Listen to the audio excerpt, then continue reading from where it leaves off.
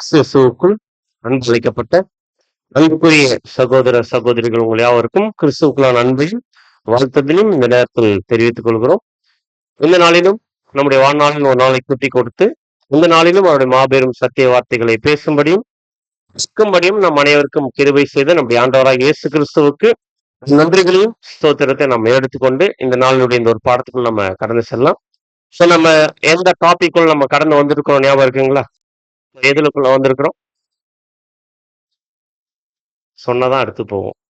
எந்த டாபிக்ல வந்திருக்கிறோம் இல்ல எந்த டாபிக்னா நம்ம இன்னைக்கு எந்த டாபிக்ல போயிட்டு இருக்குன்னு பாத்தீங்கன்னா வேதாகமத்தை முறையாக கற்பது எப்படின்ற ஒரு தலைப்பின் கீழே எத்தனாவது பாகத்துக்குள்ள கடந்து வந்திருக்கோம் அப்படின்னு பாத்தீங்கன்னா 2வது பாகத்துக்குள்ள கடந்து வந்திருக்கோம். போன வாரம் எத்தனை பாகம் பார்த்தோம் அப்படின்னு பாத்தீங்கன்னா முதல் பாகத்தை பார்த்து முடிச்சோம். அந்த முதல் பாகத்துல சில விஷயங்கள் நம்ம பார்த்தோம், அதை நம்ம பின்னாடி ரிவிஷன் பண்ணுவோம். அப்படியே இந்த ஒரு வேதாகமத்தை முறையாக கற்பது எப்படின்ற தலைப்பின்ல முதல் பாகத்தை பார்த்து முடிச்சு இப்ப எத்தனாவது பாகத்துக்குள்ள வந்திருக்கும் பாத்தீங்கன்னா 2ஆம் பாகத்துக்குள்ள வந்திருக்கிறோம். அப்படியே இந்த ஒரு தொடர் பாடம் நம்ம வாரம் பார்க்க போறோம் இல்லைங்களா? சோ இந்த தொடர் பாடத்திற்கு ஆதாரமான ஒரு வசனத்தை மையமா வச்சுதான் இந்த ஒரு பாடமே ஆரம்பிச்சு வந்திருக்கிறோம். என்ன வசனம் பார்த்துட்டு இருப்பீங்கன்னு நினைக்கிறேன். இல்ல அது இல்ல, நான் கேட்கறது வந்து இந்த கண்டினியூஸ் ஸ்டடிஸ் எல்லாம் நம்ம பாக்குறோம் இல்லைங்களா? எந்த வசனத்தை மையமா வச்சு ஸ்டடி நம்ம பார்த்துட்டு இருக்கிறோம். ஸ்லைடு மாறிடுச்சு. Super, very good. சோ எப்பவுமே இந்த தொடர் பாடத்துக்கு தொடர் கண்டினியூவா நம்ம வாரம் பார்க்குற இந்த பாடத்தினுடைய கீவேர்ட்ஸ் அப்படின்னு சொல்லணும்னா சத்தியத்தை அறிவீர்கள், சத்தியத்தை அறிவீர்கள், சத்தியம் உங்களை விடுதலையாக்குன்ற இந்த ஒரு வசனத்தின் அடிப்படையில சத்தியத்தை தெரிஞ்சுக்க சத்தியம் நம்மளை என்ன பண்ணணும்னு பாத்தீங்கன்னா விடுதலை பண்ணும். எதுல இருந்து? அசத்தியத்திலிருந்து, பொய்யிலிருந்து, அறியாமையிலிருந்து சத்தியம் நம்ம என்ன பண்ணலாம் விடுதலை ஆக்கும் நம்ம பார்த்தோம். சோ அதன் அடிப்படையில தான் நம்ம என்ன பண்ணிருக்கிறோம் அப்படின்னு பாத்தீங்கன்னா எப்படி சத்தியத்தை அறிஞ்சிக்கிறது, சத்தியம் எது அப்படின்னு பாத்தீங்கன்னா பைபிள் இருக்கிற வசனங்கள் தான் சத்தியம் பார்த்துட்டோம். ஆனா அந்த சத்திய வசனங்கள் புரியுதா அப்படின்னு பாத்தீங்கன்னா புரியல. சோ எப்படி படிக்கிறது அப்படின்றதான் நம்ம உள்ள போயிருக்கிறோம்.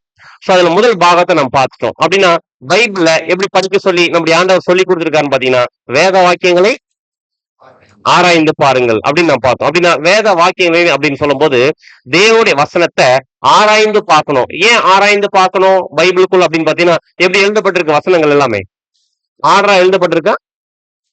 ஆர்டரா எழுதப்படல.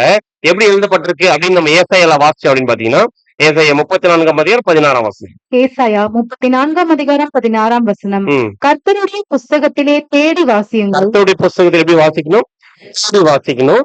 இவைகளில் ஒன்றும் குறையாது, இவைகள் ஒன்றும் குறையாது, இவைகளில் ஒன்றும் ஜோடி இல்லாத, இவைகள் ஒன்றும் ஜோடி இல்லாம இராது. அவருடைய வாய் இதை சொல்லிற்று, அவருடைய ஆவி அவைகளை சேர்க்கும். சோ கண்டிப்பா அவருடைய வாய் இதை சொல்லி இருக்கு. அப்படின்னா பைபிள் என்ன பண்ணப்பட்டிருக்கு? நம்முடைய ஆண்டவர் என்ன பண்ணிருக்காரு பாத்தீங்கன்னா வசனங்களை ஆர்டரா எழுதல, என்ன பண்ணிருக்காரு பாத்தீங்கன்னா அங்க எங்க என்ன பண்ணிருக்கு பாத்தீங்கன்னா சீட்டு போட்டு வச்சிருக்கிறார். இப்ப நம்ம என்ன பண்ணணும்? கர்த்தர் போட்டிருக்க அந்த மெத்தட்ல நம்ம போய் படிச்சு என்ன பண்ணணும் பாத்தீங்கன்னா எங்கெங்க ஒரு கேள்விக்கான பதில் எங்க இருக்குன்னு கண்டுபிடிச்சு அதை ஜாயின் பண்ணி ஜோடி வசனத்தை கண்டுபிடிச்சு அதுல இருக்கிற சத்தியத்தை நம்ம என்ன பண்ணணும் பாத்தீங்கன்னா தெரிஞ்சுட்டு இருக்கிறோம்.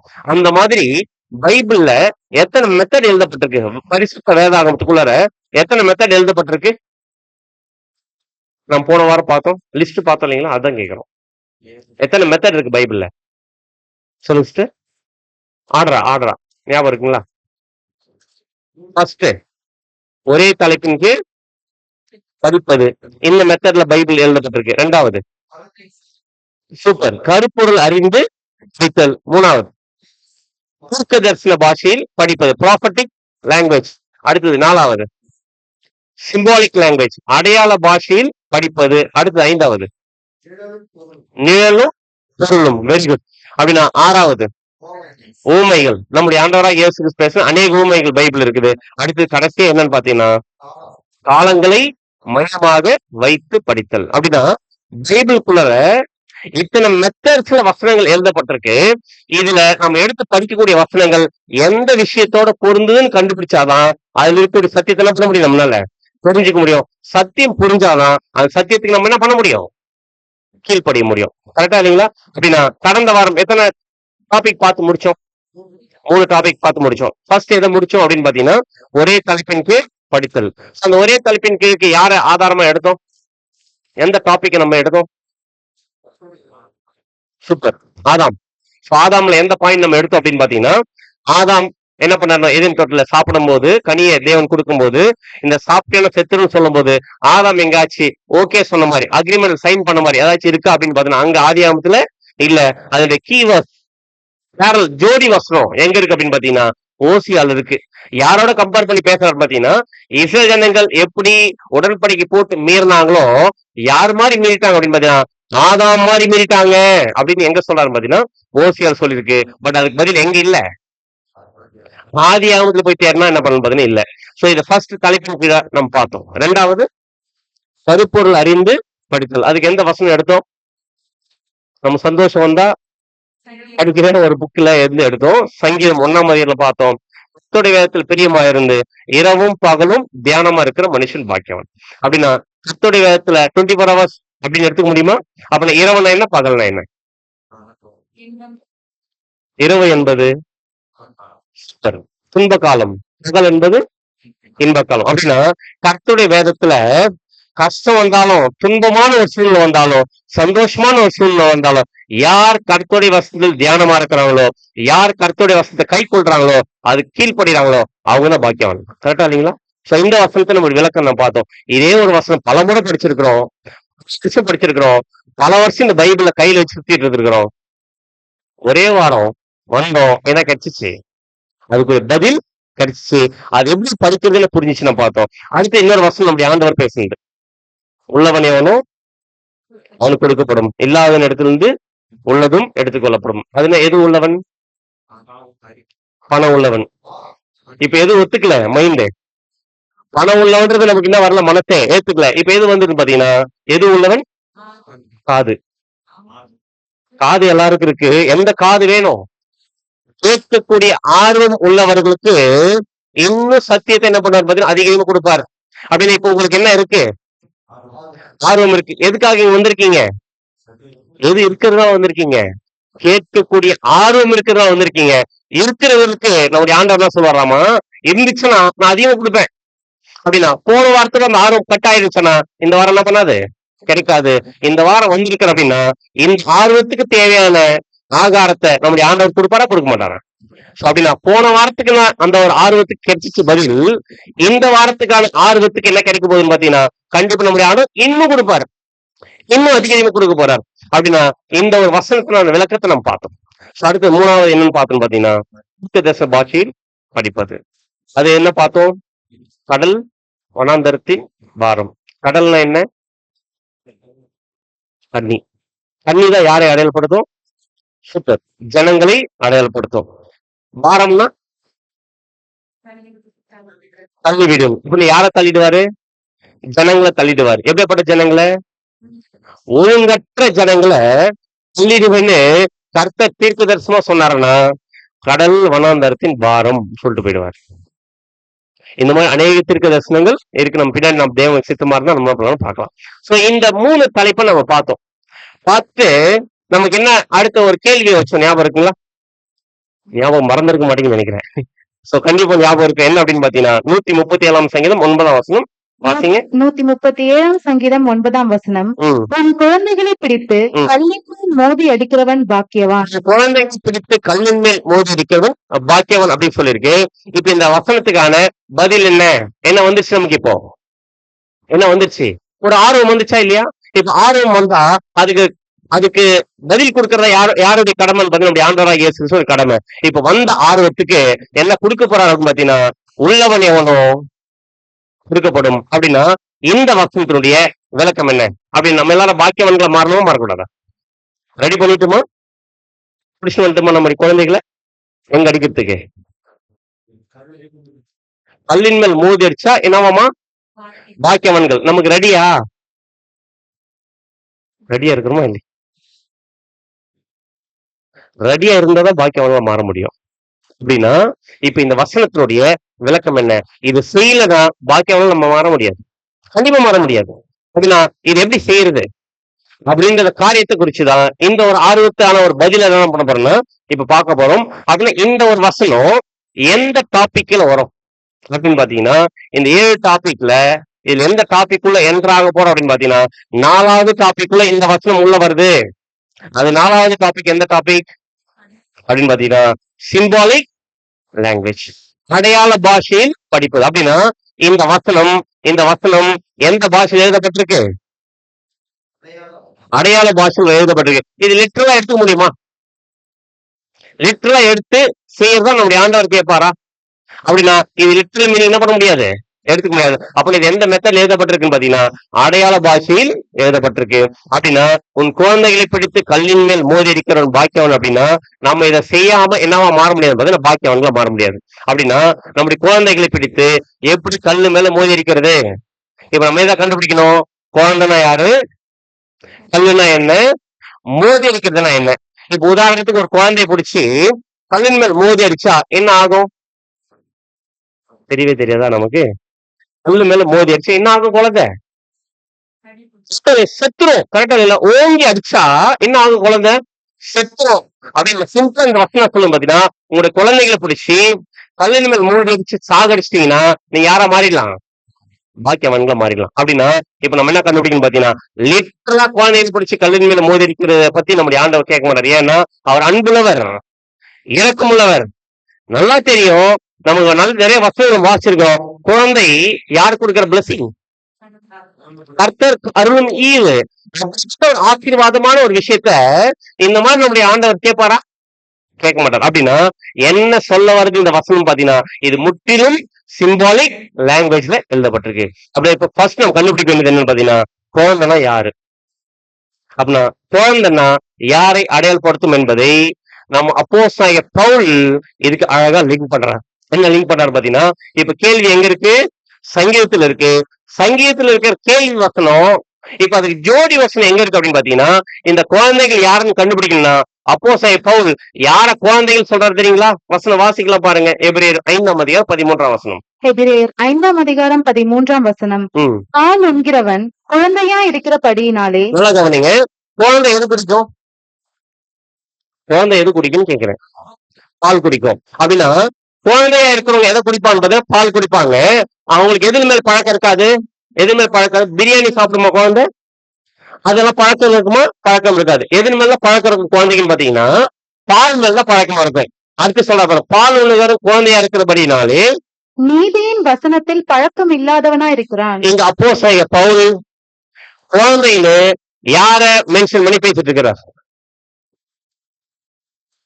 மறுபடியும் வசனம் வாசிக்கலாம். வாசிங்க சிஸ்டர். பால் உண்கிறவன் குழந்தையா இருக்கிறபடியினாலே. பால் உண்கிறவன் என்ன கண்டிஷன்? குழந்தையா இருக்கிறாருன்னா அந்த குழந்தையா இருக்கிற ஏதோ கம்பேர் பண்ணி பேசுறாரு பாத்தீங்கன்னா. அப்படி தொடர்ந்து வாசிங்க. நீதியின் வசனத்தில் பழக்கம் இல்லாதவனா இருக்கிறான். நீதியின் வசனத்தில் யாருக்கு பழக்கம் இல்லையோ, நீதியின் வசனத்தை யாருக்கு விளக்கம் சொல்ல முடியலையோ அவங்க எல்லாருமே எந்த கண்டிஷன்? சூப்பர். அப்படின்னா சத்திய வசனத்துல இருக்கிற சத்தியத்துக்கு பைபிள் இருக்க வசனத்துக்கு சரியான சத்தியத்தை சொல்ல முடியாத இருக்க கண்டிஷன் நம்ம இருக்கிறோம்னா நம்ம என்ன கண்டிஷன் இருக்குன்னு சொல்றார்? சூப்பர். குழந்தை கண்டிஷன் இருக்குன்னு சொல்றாரு. அப்படின்னா குழந்தை எதுதான் குடிக்கும்? பால் தான் குடிக்கும். அப்படின்னா நீதியின் வசனம் இருக்கிற ஆழமான சத்தியங்களை யாருக்கு தெரியல? குழந்தை மாதிரி இருக்கிறவங்க தெரியாது. அப்படின்னா அந்த குழந்தை மாதிரி இருக்கிறவங்க நீதியின் வசனத்துல என்ன இல்லை அவங்களுக்கு பழக்கம் இல்லை. அப்படின்னு அர்த்தம் வசனம் படிப்போம் அவ்வளவுதான், அந்த வசனத்துக்கான விளக்கம் தெரியாது. அப்படி தெரியாம இருக்கிறோம்னா வசனம் தெரியுது, அதோட சத்தியம் தெரியலன்னா நம்ம என்ன கண்டிஷன்? குழந்தை கண்டிஷன். அப்படின்னா இப்போ நாம எல்லாருமே வசனம் தெரியுது, நமக்கு அது விளக்கம் தெரியுதுன்னா நம்ம என்ன கண்டிஷன் இருக்குன்னு பவுல் சொல்றார்? குழந்தைன்ட்டார். அப்படின்னா ஆக்சுவலா நம்ம எல்லாரும் பைபிள் கையில் வச்சுக்க நம்ம குழந்தையா இருக்கணுமா? எப்படி இருக்கணும் அப்படின்னு அப்போஸ்தலன் பவுல் சொல்றாரு பாத்தீங்கன்னா எபிரேயர் 5:12 வசனம். எபிரேயர் 5:12 காலத்தை பார்த்தால் போதகரா இருக்க வேண்டிய உங்களுக்கு என்ன சொல்றாரு? காலத்தை பார்த்தா நம்ம என்ன கண்டிஷன் இருக்கணுமா? குழந்தையா இருக்க கூடாது, நல்ல டீச்சர் கண்டிஷன்ல, நல்ல மெச்சூர்டு கிறிஸ்டியன், நல்ல முதிர்ச்சி அடைந்த கிறிஸ்டியன் மாதிரி வசனத்துக்கு விளக்கம் கொடுக்கறது அளவுக்கு டீச்சர் அளவுக்கு மாறி இருக்கணும். தேவனுடைய வாக்கியங்களின் மூல உபதேசங்களை மறுபடியும் உபதேசிக்க வேண்டியதா இருக்கிறது. நீங்கள் பலமான ஆகாரத்தை அல்ல. நீங்கள் பலமான ஆகாரத்தை அல்ல அப்படின்னு அர்த்தம் ஆழமான சத்தியத்தை தெரிஞ்சு கொள்ற அளவுக்கு நீங்க ஸ்ட்ராங்கா இல்ல. எப்படி இருக்கணுமா? காலை உண்ணத்தக்கவர்கள் ஆனீர்கள். இன்னும் கண்டிஷன் இருக்குன்னு சொல்றாரு. இந்த காலத்தை பார்த்து நம்ம எல்லாரும் எப்படி இருக்கணும்?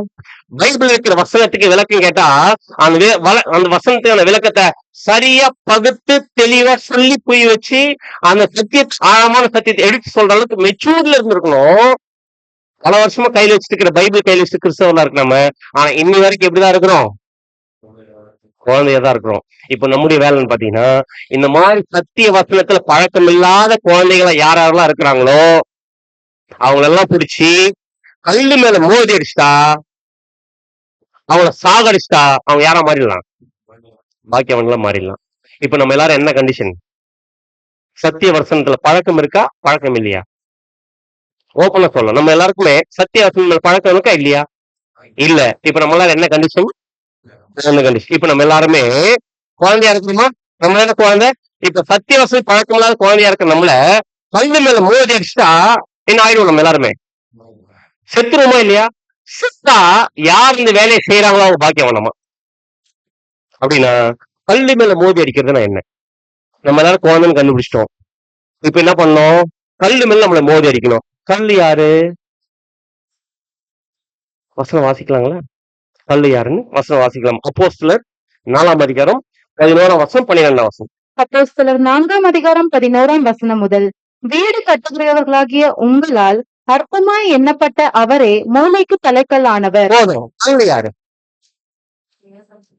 வீடு கட்டுவர்களாகிய உங்களால் அற்பமா எண்ணப்பட்ட அவரே மூளைக்கு தலைக்கல்லா இருக்கிறார் அப்படின்னு இந்த வசனம் யாரை பத்தி பேசுது? நம்முடைய ஆண்டவராகிய இயேசு கிறிஸ்துவை பத்தி பேசுது. அப்படி தொடர்ந்து வாசிங்க. அவராலே அன்றி வேறொருவராலும் ரட்சிப்பு இல்லை. அவர் தவிர வேற என்ன ரட்சிப்பு இருக்குதா? அவர் மூலமா நம்ம எல்லாருக்கும் ரட்சிப்பு. கரெக்டா இல்லைங்களா? அடுத்து வாசிங்க. நாம் ரட்சிக்கப்படும்படிக்கு வானத்தின் கீழெங்கும் மனுஷர்களுக்குள்ளே அவருடைய நாமமே அல்லாமல் வேறொரு நாமம் கட்டளையிடப்படவும் இல்லை என்றார். சிம்பிள். அப்படின்னா கல் யார பத்தி பேசுறீங்க பாத்தீங்கன்னா, கல் நம்முடைய ஆண்டவராகிய இயேசு கிறிஸ்துவை அடையாளப்படுத்துது. கரெக்டா இல்லைங்களா? இப்ப குழந்தை யாரு? நம்ம. குழந்தையா இருக்கிற நம்ம, வசனத்துல பழக்கம் இல்லாத இருக்கிற நம்மள கிறிஸ்து என்கிற கல்லுல மோதி அடிச்சா நம்ம என்ன ஆயிடுவோம்? செத்துருவோம். அப்படி செத்துட்டா நம்ம யாராமா? பாக்கியம் வாங்கலாம். அப்படி நம்ம குழந்தையா இருக்கிறோம். ஏன்னா நமக்கு என்ன தெளிவா தெரிய மாட்டேங்குது. வசனத்துல பழக்கம் இல்ல. கிறிஸ்து சொல்லிட்டு போன வசனத்தை எப்படி படிச்சு கிறிஸ்து மாதிரி குணலட்சணத்தை காண்பிக்குன்னு தெரியல. இப்போ கிறிஸ்து மேல கிறிஸ்டியன்கிற கல்லுல மோதி வைக்கிறது என்னன்னு பாத்தீங்கன்னா, கிறிஸ்துவனுடைய குணலட்சணத்துல நம்மளை வளர்த்தி கிறிஸ்து மாதிரி நம்மளை மாத்தி கிறிஸ்து மாதிரி நம்மளை சாக வச்சுட்டா நம்ம யாரா மாறிடலாம்? பாக்கியவான்களா மாறும். இப்ப நாங்க எல்லாரும் பாக்கியவான்களா மாற வந்திருக்கிறோம்.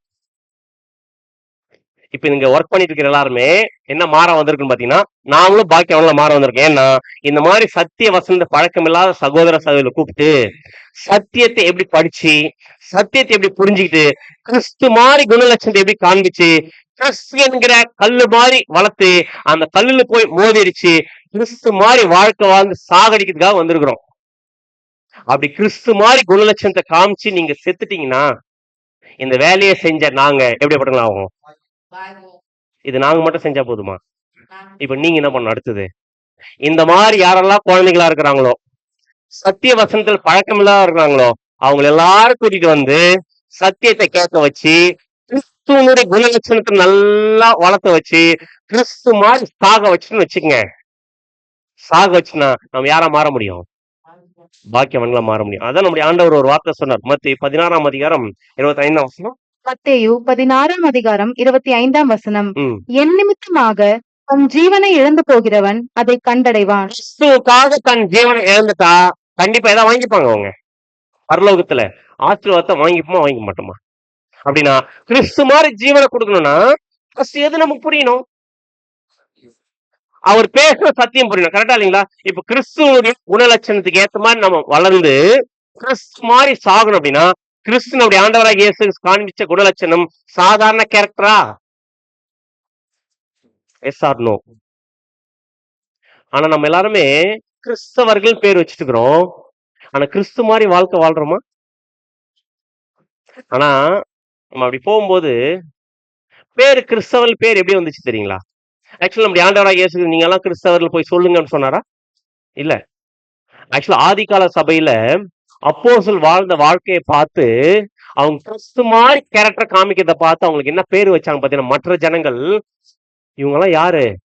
கிறிஸ்தவர்கள், கிறிஸ்து உடையவர்கள், கிறிஸ்து மாதிரியே வாழ்க்கை வாழ்றாங்கப்பா. அவனுடைய பேச்சு, அவனோட கேரக்டர், அவனோட பிஹேவியர், அவனோட பார்வை, அவனோட செயல் எல்லாமே கிறிஸ்து மாதிரியே இருக்குது. அதனால இவங்களுக்கு என்ன பேரு? கிறிஸ்தவன் பேர் வச்சாங்க. இப்ப என்ன சொல்றாங்க? நம்ம பைபிள் தூக்கிட்டு சர்ச்சுக்கு போனா இவன்லாம் ஒரு கிறிஸ்தவன்.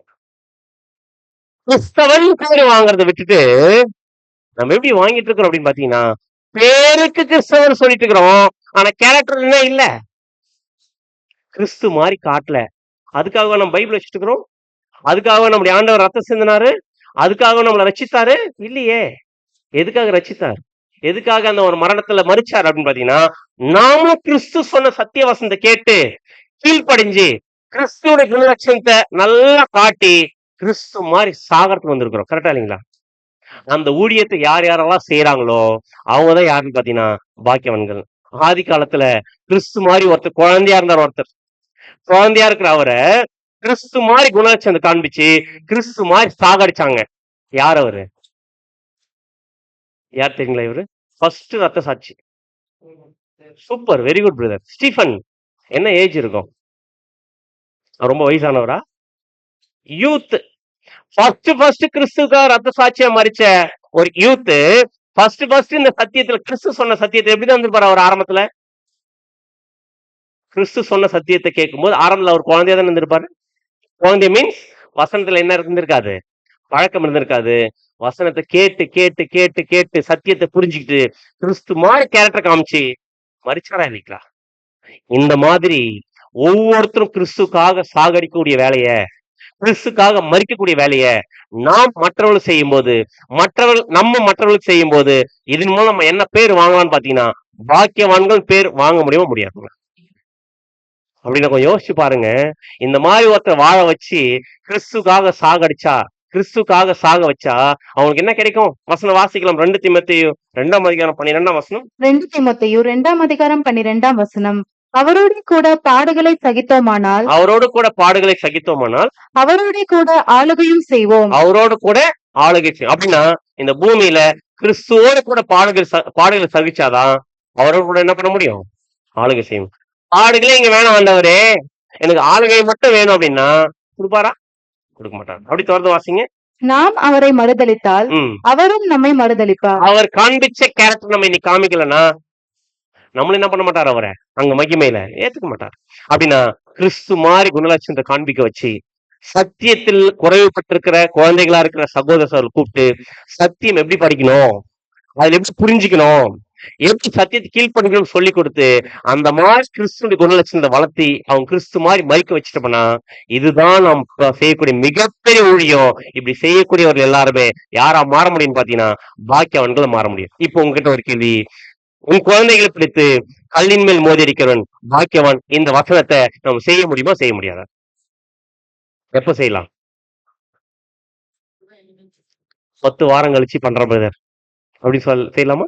அப்ப என்ன பண்ணலாம்? இது தெரிஞ்சா இல்லையா நம்ம எல்லாரும் பாக்கியவான்கள் மாறணும். இப்ப என்ன பண்ண, இம்மீடியட்டா இந்த வாரம் கேட்டு முடிச்சுட்டு உடனே போய் யாரெல்லாம் சத்திய வசனத்துக்கு பழக்கம் இல்லாதவர்களா இருக்கிறாங்களோ அவங்க கூப்பிட்டு வாங்க, கிறிஸ்துடைய குணலட்சணத்தை வளர்றதுக்கு ஒரு இடம் கிடைச்சிருக்கு, நம்ம எல்லாரும் கிறிஸ்து மாதிரி வளர்ந்து கிறிஸ்து மாதிரி நம்ம சாகிறதுக்கான சத்தியத்தில் நல்லா பழக்கமாகறதுக்கு காலத்தை பார்த்தா போதகர்கள் ஆகிற அளவுக்கு நம்ம என்ன ஆகலாம்னு பாத்தீங்கன்னா சத்திய வசனம் தெரிஞ்சுக்கலாம்.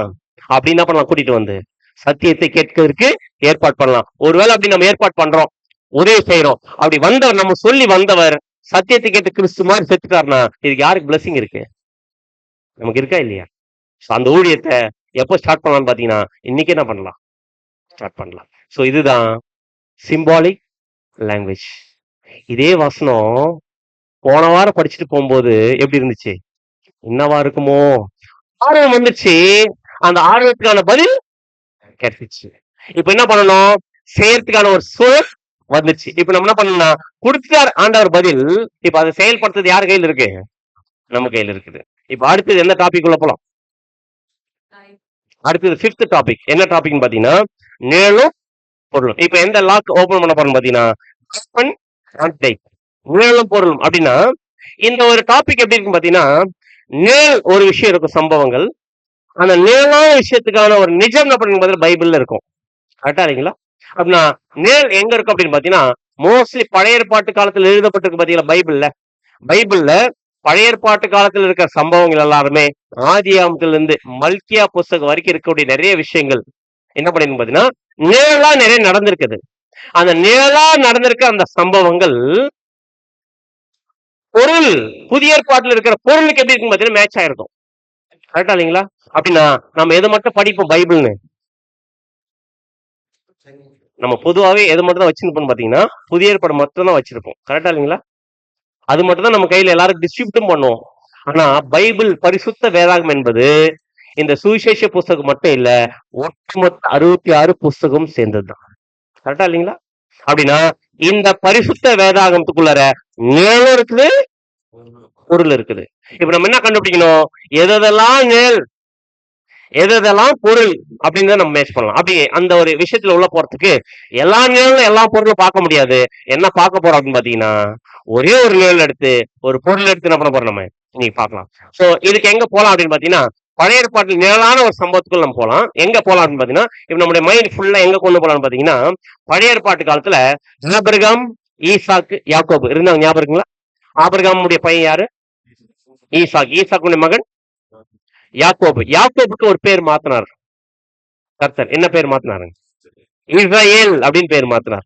சோ யாக்கோபுக்கு இஸ்ரேல் பேர் மாத்தினார். ஏன் மாத்தினார் பாத்தீங்கன்னா, அவர் நைட் முழுக்க ஒரு தூதனோட போராடி மேற்கொண்டதுனால அவருக்கு என்ன பேர் வருதுன்னு பாத்தீங்கன்னா, யாக்கோபு என்ற பேர் இருந்து இஸ்ரேல் அப்படின்னு பேர் மாத்து.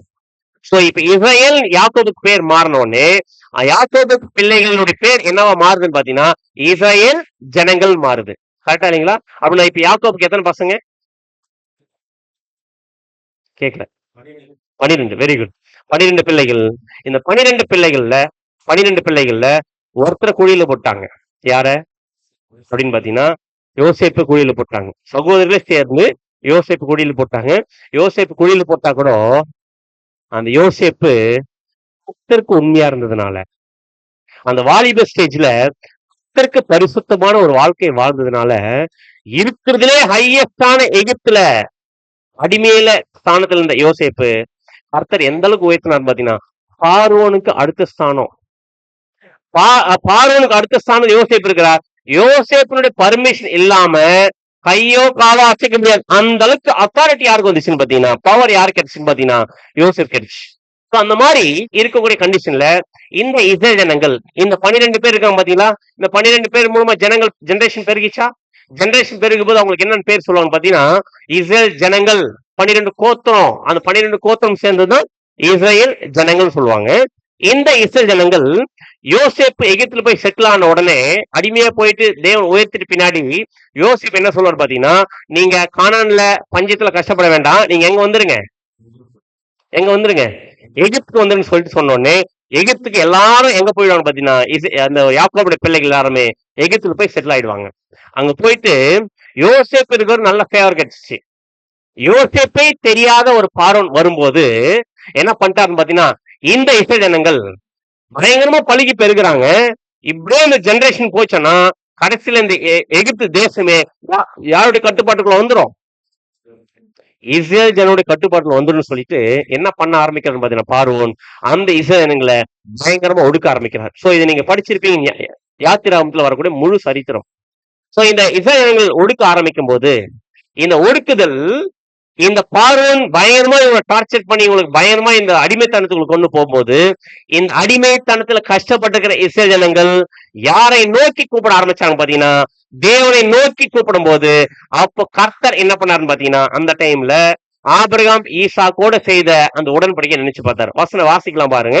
யாத்திராகமம் 2ஆம் அதிகாரம் 23ஆம் வசனம். யாத்திராகமம் 2ஆம் அதிகாரம் 23ஆம் வசனம்.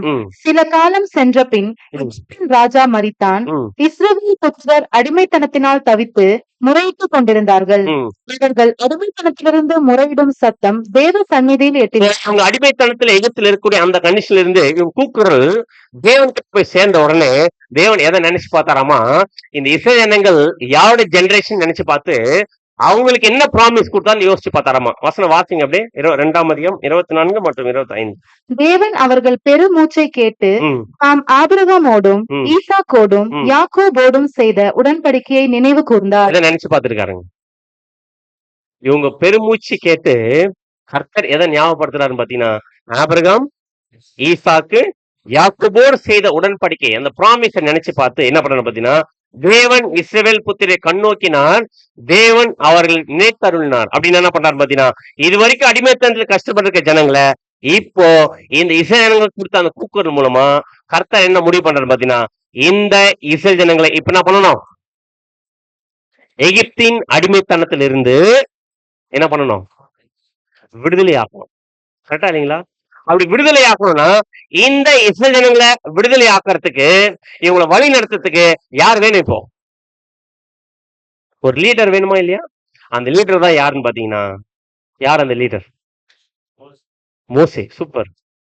மோசேன்ற ஒரு சூப்பரான ஒரு ஹீரோவை ஏற்படுத்தினார். இந்த மோசேவை எங்கவே வளர்த்தாருன்னு பாத்தீங்கன்னா, எந்த பார்வோன் முன்னாடி போய் பேசணுமோ அந்த பார்வோன் மத்தியிலே அந்த ஃபேமிலிலே வளர்ந்து எல்லா சாஸ்திரங்களை கற்று தேர்ந்து பின்னாடி என்ன பண்ண கூட்டிட்டு போயிட்டு வனாந்தரத்துல கொஞ்ச நாள் நிக்க வச்சு 40 வருஷம் நிக்க வச்சுட்டு நல்ல லெசன் கடுத்து கொடுத்துட்டு திருப்பி என்ன பண்ண கூட்டிட்டு வந்தார். கூப்பிட்டு வந்து என்ன பண்ணாரு பாத்தீங்கன்னா, அதே பார்வோன் நிக்க வச்சு மோசே கூப்பிடுறாரு. என்ன கூப்பிடுறாருன்னு பாத்தீங்கன்னா, இந்த இஸ்ரவேல் ஜனங்களை, கர்த்தருடைய ஜனங்களை விடுதலை பண்ணுங்க அப்படின்னு பார்வோன் கிட்ட போயிட்டு மோசே கேட்ட உடனே பார்வோன், ஐயோ மோசே அமிச்சிட மோசே அப்படின்னு அமிச்சிட்டாரா? கூட்டிட்டு போயிடுங்க அப்படின்னு சொன்னாரா? இல்ல. என்ன பண்ணாருன்னு பாத்தீங்கன்னா, மோசே போயிட்டு என்னுடைய ஜனங்களை வெளியே விடுதலை பண்ணுன்னு சொல்லும் போது பார்வோன் சொன்ன ஸ்டேட்மெண்ட் பாத்தீங்கன்னா, நோ, என்ன பண்ண மாட்டேன், விட மாட்டேன். நீங்க போயிட்டு யாரு இந்த வேலையெல்லாம் செய்யறது அப்படின்னு சொன்ன உடனே இப்ப கர்த்தர் என்ன பண்றாரு பாத்தீங்கன்னா, எகிப்துல என்ன அனுப்புறார்? வாதைகள் அனுப்புறாரு. சோ 1 by 1 வாதைகள் என்ன பண்றாரு? அனுப்புறார். சோ முதல் வாதை என்ன வாதை? இல்ல வாதை சூப்பர். தண்ணீரை என்ன பண்றாரு பாத்தீங்கன்னா, ரத்தம் மாத்துறாரு. அப்படியே ஒவ்வொரு வாதைகள் என்ன பண்ணு பாத்தீங்கன்னா, அங்க கொடுக்கிறார். 2வது வாதை கொடுக்கிறார், 3வது வாதை கொடுக்கிறார். கொடுக்க யாருடைய ஹார்ட் அப்படியே கல்லு மாதிரி ஆகுது. பார்வோனுடைய இருதயம் கல்லு மாதிரி ஆகுது. ஃபர்ஸ்ட் ஒரு வாதை வந்து பயங்கரமா ஒரு கஷ்டத்தை அனுபவிக்கும் போது என்ன முடிவு பண்றாரு பாத்தீங்கன்னா, இல்ல பார்வோன் நான் என்ன பண்றேன், உங்களை ஃபேவர் பண்றேன் சொல்லும் போது என்ன ஆகுது பாத்தீங்கன்னா, ஸ்டாப் ஆயிடும். அந்த வாதை ஸ்டாப் பண்ண அடுத்து மறுபடியும் ஸ்ட்ராங் ஆயிடணும், நான் என்ன பண்ண மாட்டேன், பண்ண மாட்டேன் அப்படின்னு சொல்லும் போது 2வது ஒரு வாதை அனுப்புவாரு.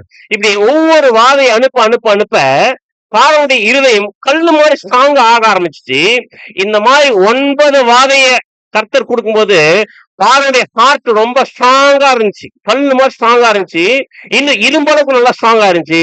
இந்த மாதிரி ரொம்ப கடினத்தன்மையில யார் போயிட்டாருன்னு பாத்தீங்கன்னா, பார்வோன் போயிட்டாரு.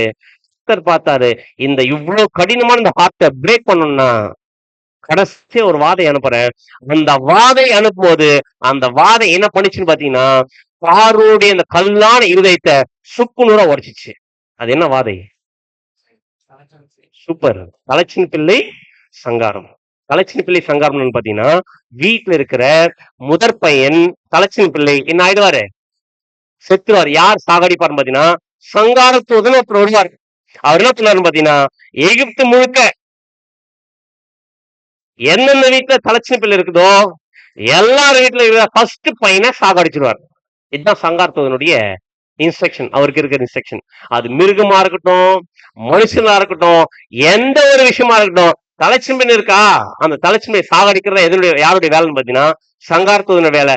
என்ன கண்டிஷன் பாத்தீங்கன்னா, அது எகிப்து ஜனங்களா இருக்கட்டும், அது இஸ்ரேல் ஜனங்களா இருக்கட்டும், யார் வீடானா இருக்கட்டும், ஆனா தலைச்சின் பிள்ளை சாகடிக்கிறது சங்காரத்துவனுடைய வேலை.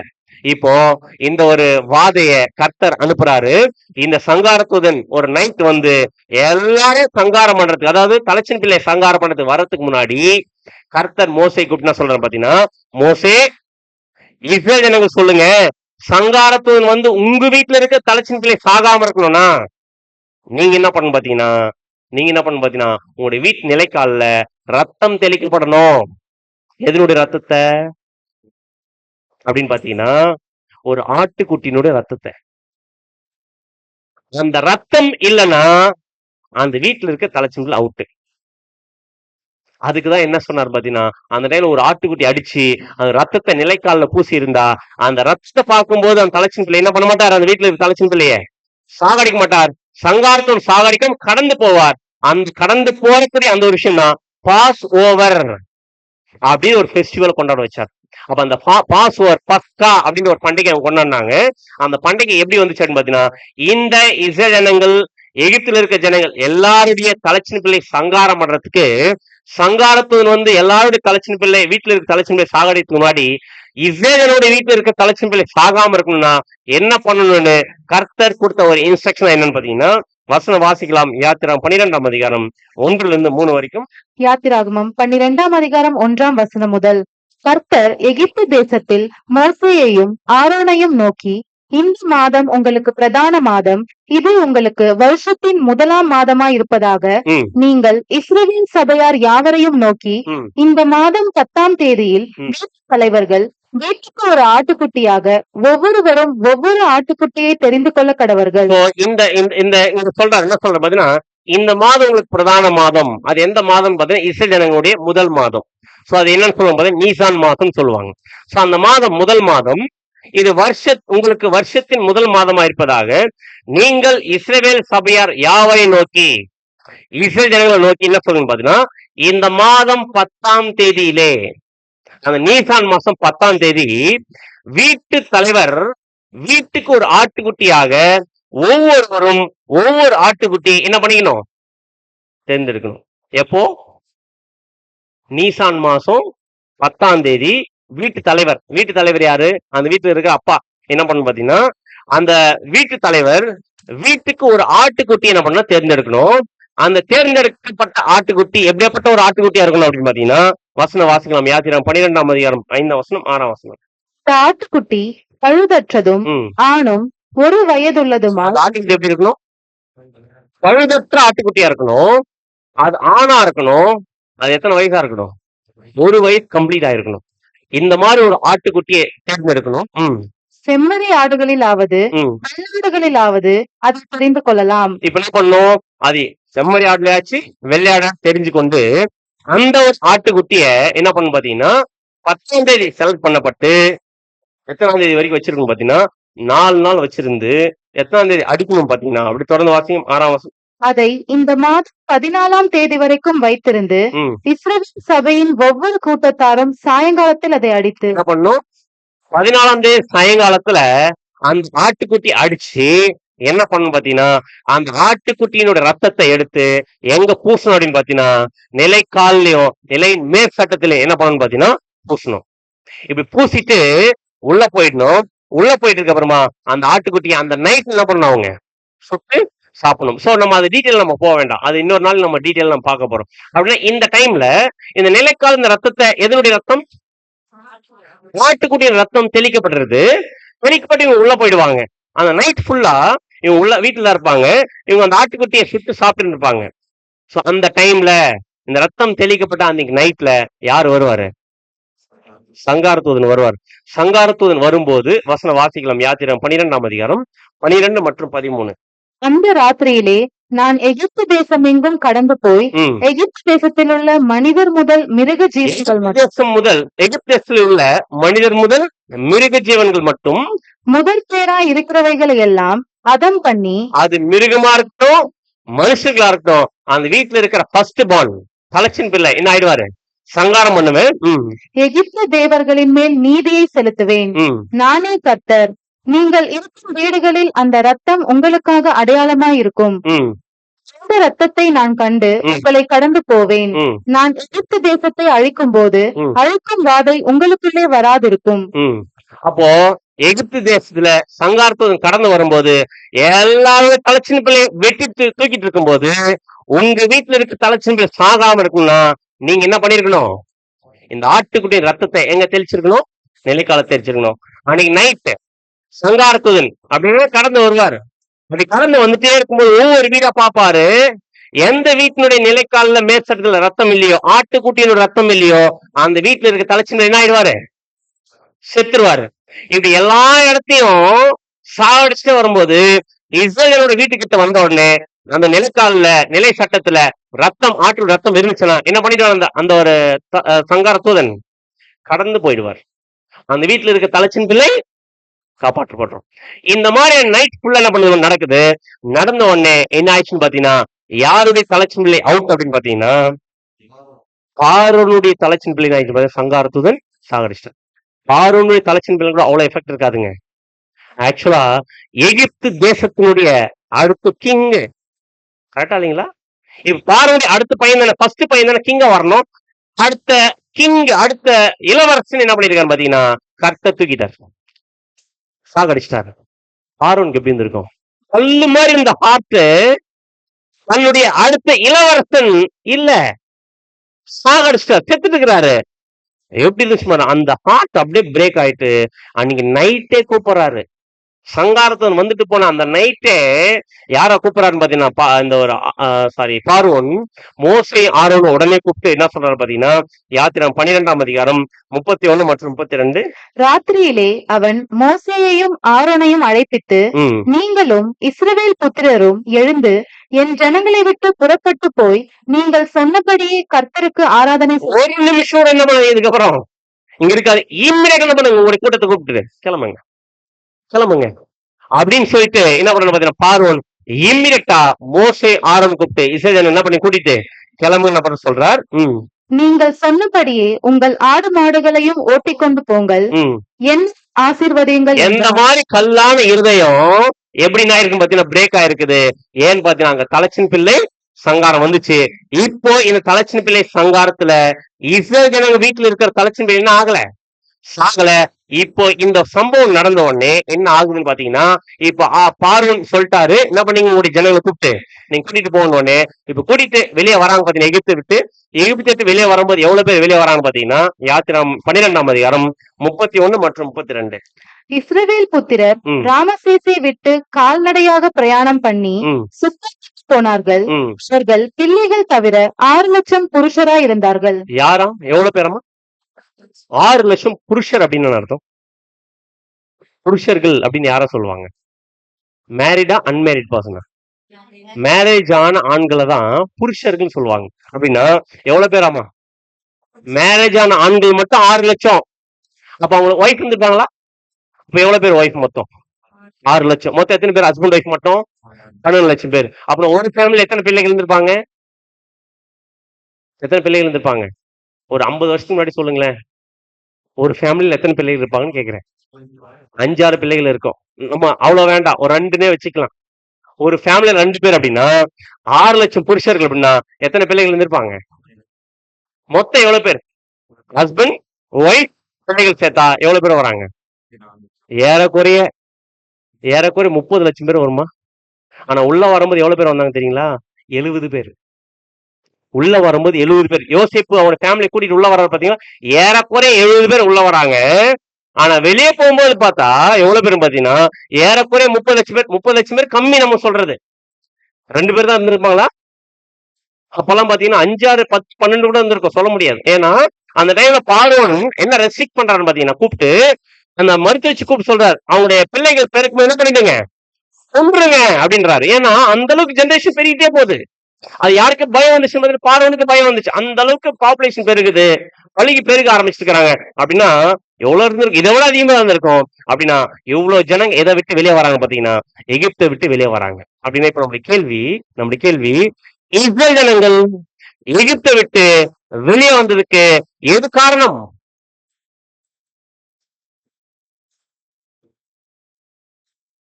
கேட்ட கேள்வி புரியுதுங்களா? இஸ்ரேல் ஜனங்கள் விடுதலை ஆகி வெளியே வர்றதுக்கு எது காரணமா இருந்துச்சுன்னு கேட்டேன். ஒண்ணுத்தோட ரத்தம் காரணமா இருந்துச்சு. எதனுடைய ரத்தம்? ஆட்டுக்குட்டிய ரத்தம்.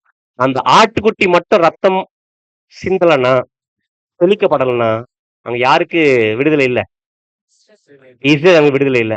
இன்னும் சொல்ல போனா இஸ்ரேல் ஜனங்களுக்கு செகண்ட் தான் விடுதலை. ஃபர்ஸ்ட் உயிர் பாதுகாப்பு யாருக்கு அப்படின்னு பாத்தீங்கன்னா அந்த ஆட்டுக்குட்டினால. சூப்பர் பிரதர், கரெக்டா பிடிச்சிட்டாரு. யாருக்கு ஃபர்ஸ்ட் காப்பாற்றப்பட்டுச்சுன்னு பாத்தீங்கன்னா அந்த வீட்டுல இருக்கிற ஃபர்ஸ்ட் பார்ன். சங்காரத்துடன் வரும்போது முதற் பிள்ளை ஃபர்ஸ்ட் பார்னுக்கு என்ன இருந்திருக்கும் பாத்தீங்கன்னா ரத்தம் மட்டும் வெளியே இல்லைன்னா யாரு உயிர் போயிட்டு இருக்கோம்? அந்த ஆட்டுக்குட்டி ரத்தம் மட்டும் அங்க இல்லைன்னா யாரோட உயிர் காலி? தலைச்சின் உயிர் காலி. அப்ப அந்த தலைச்சின் உயிரோடு இருக்கிறாருன்னா அங்க எது செத்து இருக்கு? ஆட்டுக்குட்டியினுடைய ரத்தம் செத்து அந்த ரத்தத்தின் மூலமா யாருக்கு மிகப்பெரிய ஒரு பாதுகாப்பு உயிர் கிடைச்சிருக்குன்னு பாத்தீங்கன்னா இந்த தலைச்சின் பிள்ளைக்கு உயிர் கிடைச்சிருக்கு. அப்படின்னா அந்த ஆட்டுக்குட்டி ரத்தத்தின் மூலமா ஃபர்ஸ்ட் பானுக்கு என்ன கிடைச்சிருக்குன்னு பாத்தீங்கன்னா மிகப்பெரிய விடுதலை கிடைச்சிருக்கு. கரெக்டா இல்லைங்களா? அப்படின்னா இதுதான் அங்க நடந்த சம்பவம். இப்போ இது பழைய ஏற்பாட்டில் இருக்கிற நிழல் இப்ப பார்த்தது. இந்த நிழலான இந்த விஷயத்துல இந்த பஸ்கா ஆட்டுக்குட்டி மட்டும் அங்க சாகல அப்படின்னா அது ரத்தம் சிந்தல் அப்படின்னா இங்க இருக்க அங்கிருந்த எகிப்துல இருக்கிற அந்த ஒரு இஸ்ரேல் இருக்கிற தலைச்சின் பிள்ளை என்ன இருக்கும்? செத்து இருக்கும். இது அங்க நடந்த நிழல் அப்படின்னா இது எல்லாமே எதுக்கு எழுதப்பட்டிருக்கு அப்படின்னு வசனம் சொல்லுதுன்னு பாத்தீங்கன்னா அப்போஸ்தலன் பவுல் சொல்றார் 1 கொரிந்தியர் 10ஆம் அதிகாரம் 11ஆம் வசனம். 1 கொரிந்தியர் 10ஆம் அதிகாரம் 11ஆம் வசனம். இவைகள் எல்லாம் இப்ப நம்ம பார்த்தது இவைகள் எல்லாம் திருஷ்டாந்தங்களாக அவர்களுக்கு சம்பவித்தது உலகத்தின் முடிவு காலத்தில் உள்ள நமக்கு எச்சரிக்கை உண்டாகும்படி எழுதப்பட்ட. உலகத்தின் முடிவு காலத்தில் இருக்கிறது நம்ம. இப்ப என்ன லிங்க் பண்றாரு அப்போஸ்தலன் பவுல்? இவைகள் எல்லாம் இப்ப பார்த்த டைப் நிழலான விஷயம் எல்லாமே அவங்களுக்கு சம்பவிச்சுதான் இல்லைன்னு சொல்ல. இவைகள் எல்லாம் திருஷ்டாந்தங்களா அவர்களுக்கு சம்பவித்தது உலகத்தின் முடிவு காலத்தில் இருக்கிற நமக்கு, அண்டர்லைன் பண்ண அந்த வார்த்தை, நமக்கு எச்சரிப்பு உண்டாகும்படி என்ன பண்ணப்பட்டிருக்கு? எழுதப்பட்டிருக்கு. அப்படின்னா பழைய ஏற்பாட்டுல நடந்த அந்த சம்பவம் நமக்கு மிகப்பெரிய வார்னிங் அப்படின்றார் அப்போஸ்தலன் பவுல். அப்படி என்ன வார்னிங் இருக்கு இதுல? இன்னொரு வசனம் வாசிக்கலாம். ரோமர் 15ஆம் அதிகாரம் 4ஆம் வசனம். ரோமர் 15ஆம் அதிகாரம் 4ஆம் வசனம். தேவ வசனத்தினால் உண்டாகும் பொறுமையினாலும் ஆறுதலினாலும் நாம் நம்பிக்கை உள்ளவர்கள் ஆகும்படிக்கு முன்பு எழுதியிருக்கிறவைகள் பழைய ஏற்பாட்டில் இருக்க சம்பவங்கள் எல்லாமே நமக்கு போதனையாக எழுதியிருக்கிறது. என்னவாம் அது? போதனைன்னா டீச்சிங், ஒரு லெசன், மிகப்பெரிய பாடம் இருக்கு. எது முன்னாடி எழுதியிருக்கிறது எல்லாமே அது நமக்கு ஒரு மிகப்பெரிய பாடம் இருக்குதாமா. அப்படின்னா இப்ப நம்ம என்ன பார்க்க போறோம் பாத்தீங்கன்னா இப்ப நம்ம பார்த்தல ஒரு சம்பவம். அந்த சம்பவத்துல ஒரு மிகப்பெரிய ரோல் எது எடுத்துச்சு அப்படின்னு பாத்தீங்கன்னா பஸ்கா ஆட்டுக்குட்டி. கரெக்டா இல்லைங்களா? இந்த பஸ்கா ஆட்டுக்குட்டியோட ரத்தம் மட்டும் தெளிக்கப்படலைன்னா அங்க இருக்கிற தலைச்சின் பிள்ளை என்ன ஆயிட்டு பாரு அவுட். இஸ்ரேலுக்கு என்ன கிடைச்சிருக்காது? விடுதலை கிடைச்சிருக்காரு. அப்படின்னா இப்ப ஏற்பட்ட தலைச்சின் பிள்ளை காப்பாத்துறதும் இப்ப ஏற்பட்ட இஸ்ரேல விடுதலை கொடுத்ததும் எதுன்னு பாத்தீங்கன்னா இந்த பஸ்கா ஆட்டுக்குட்டியினுடைய ரத்தம், அது சிந்தப்பட்ட ரத்தம். அப்படின்னா இதே மாதிரி பஸ்கா ஆட்டுக்குட்டி நிழல், அது இந்த நிழலான விஷயம் அப்படி நிஜத்தோட பொருத்தி பார்க்கும்போது இதே மாதிரி பஸ்கா ஆட்டுக்குட்டி ரத்தம் சிந்தப்பட்டதுனாலதான் இன்னைக்கு உலகத்துல இருக்கிற எல்லா கடவுளுக்கும் ரட்சிப்பு இருக்கு, விடுதலை இருக்கு. அது யார்? அந்த பஸ்கா ஆட்டுக்குட்டி. சூப்பர். வசனம் வாசிக்கலாம் பாருங்க. 1 கொரிந்தியர் 5ஆம் அதிகாரம் 7ஆம் வசனம். 1 கொரிந்தியர் 5ஆம் அதிகாரம் 7ஆம் வசனம். நம்முடைய பஸ்காவாகிய கிறிஸ்து நமக்காக பலியிடப்பட்டிருக்கிறார். அப்போஸ்தலன் பவுல் எப்படி லிங்க் பண்றாரு பாருங்க. நம்முடைய பஸ்காவாகிய கிறிஸ்து நமக்காக என்ன பண்ணப்பட்டிருக்கிறார்?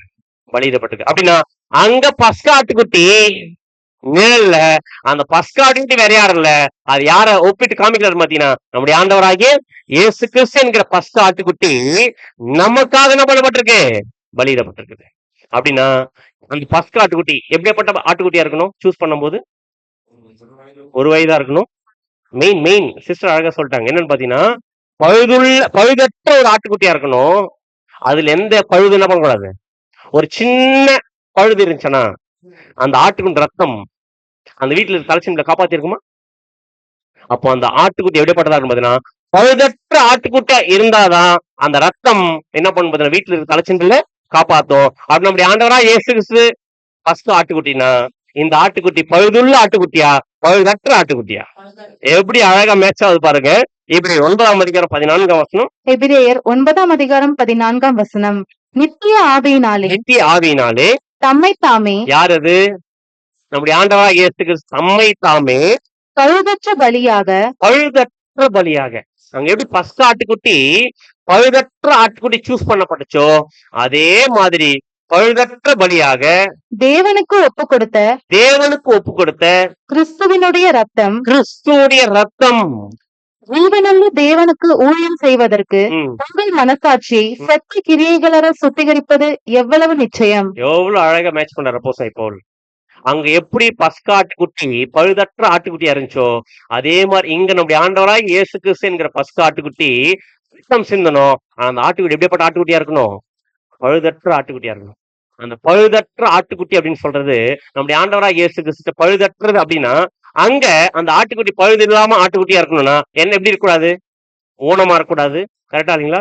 சூடா இருக்கக்கூடாது, இல்ல பாடியில எந்த ஒரு டேமேஜ் அப்படி இருக்கக்கூடாது, ஆயிடக்கூடாது. ஆனா இங்க நம்முடைய ஆண்டவராய் இயேசு கிறிஸ்து பழுதற்ற ஆட்டுக்குட்டி அப்படின்னா பிசிக்கலா டேமேஜ பத்தி பேசுதா? அதுதான் பழுதற்ற பலின்னு சொல்றாரா? எது பழுதற்ற பலி நம்முடைய ஆண்டவர் கொடுத்தது? அவர் காமிச்ச கேரக்டர், அவர் காமிச்ச குணலட்சணங்கள்.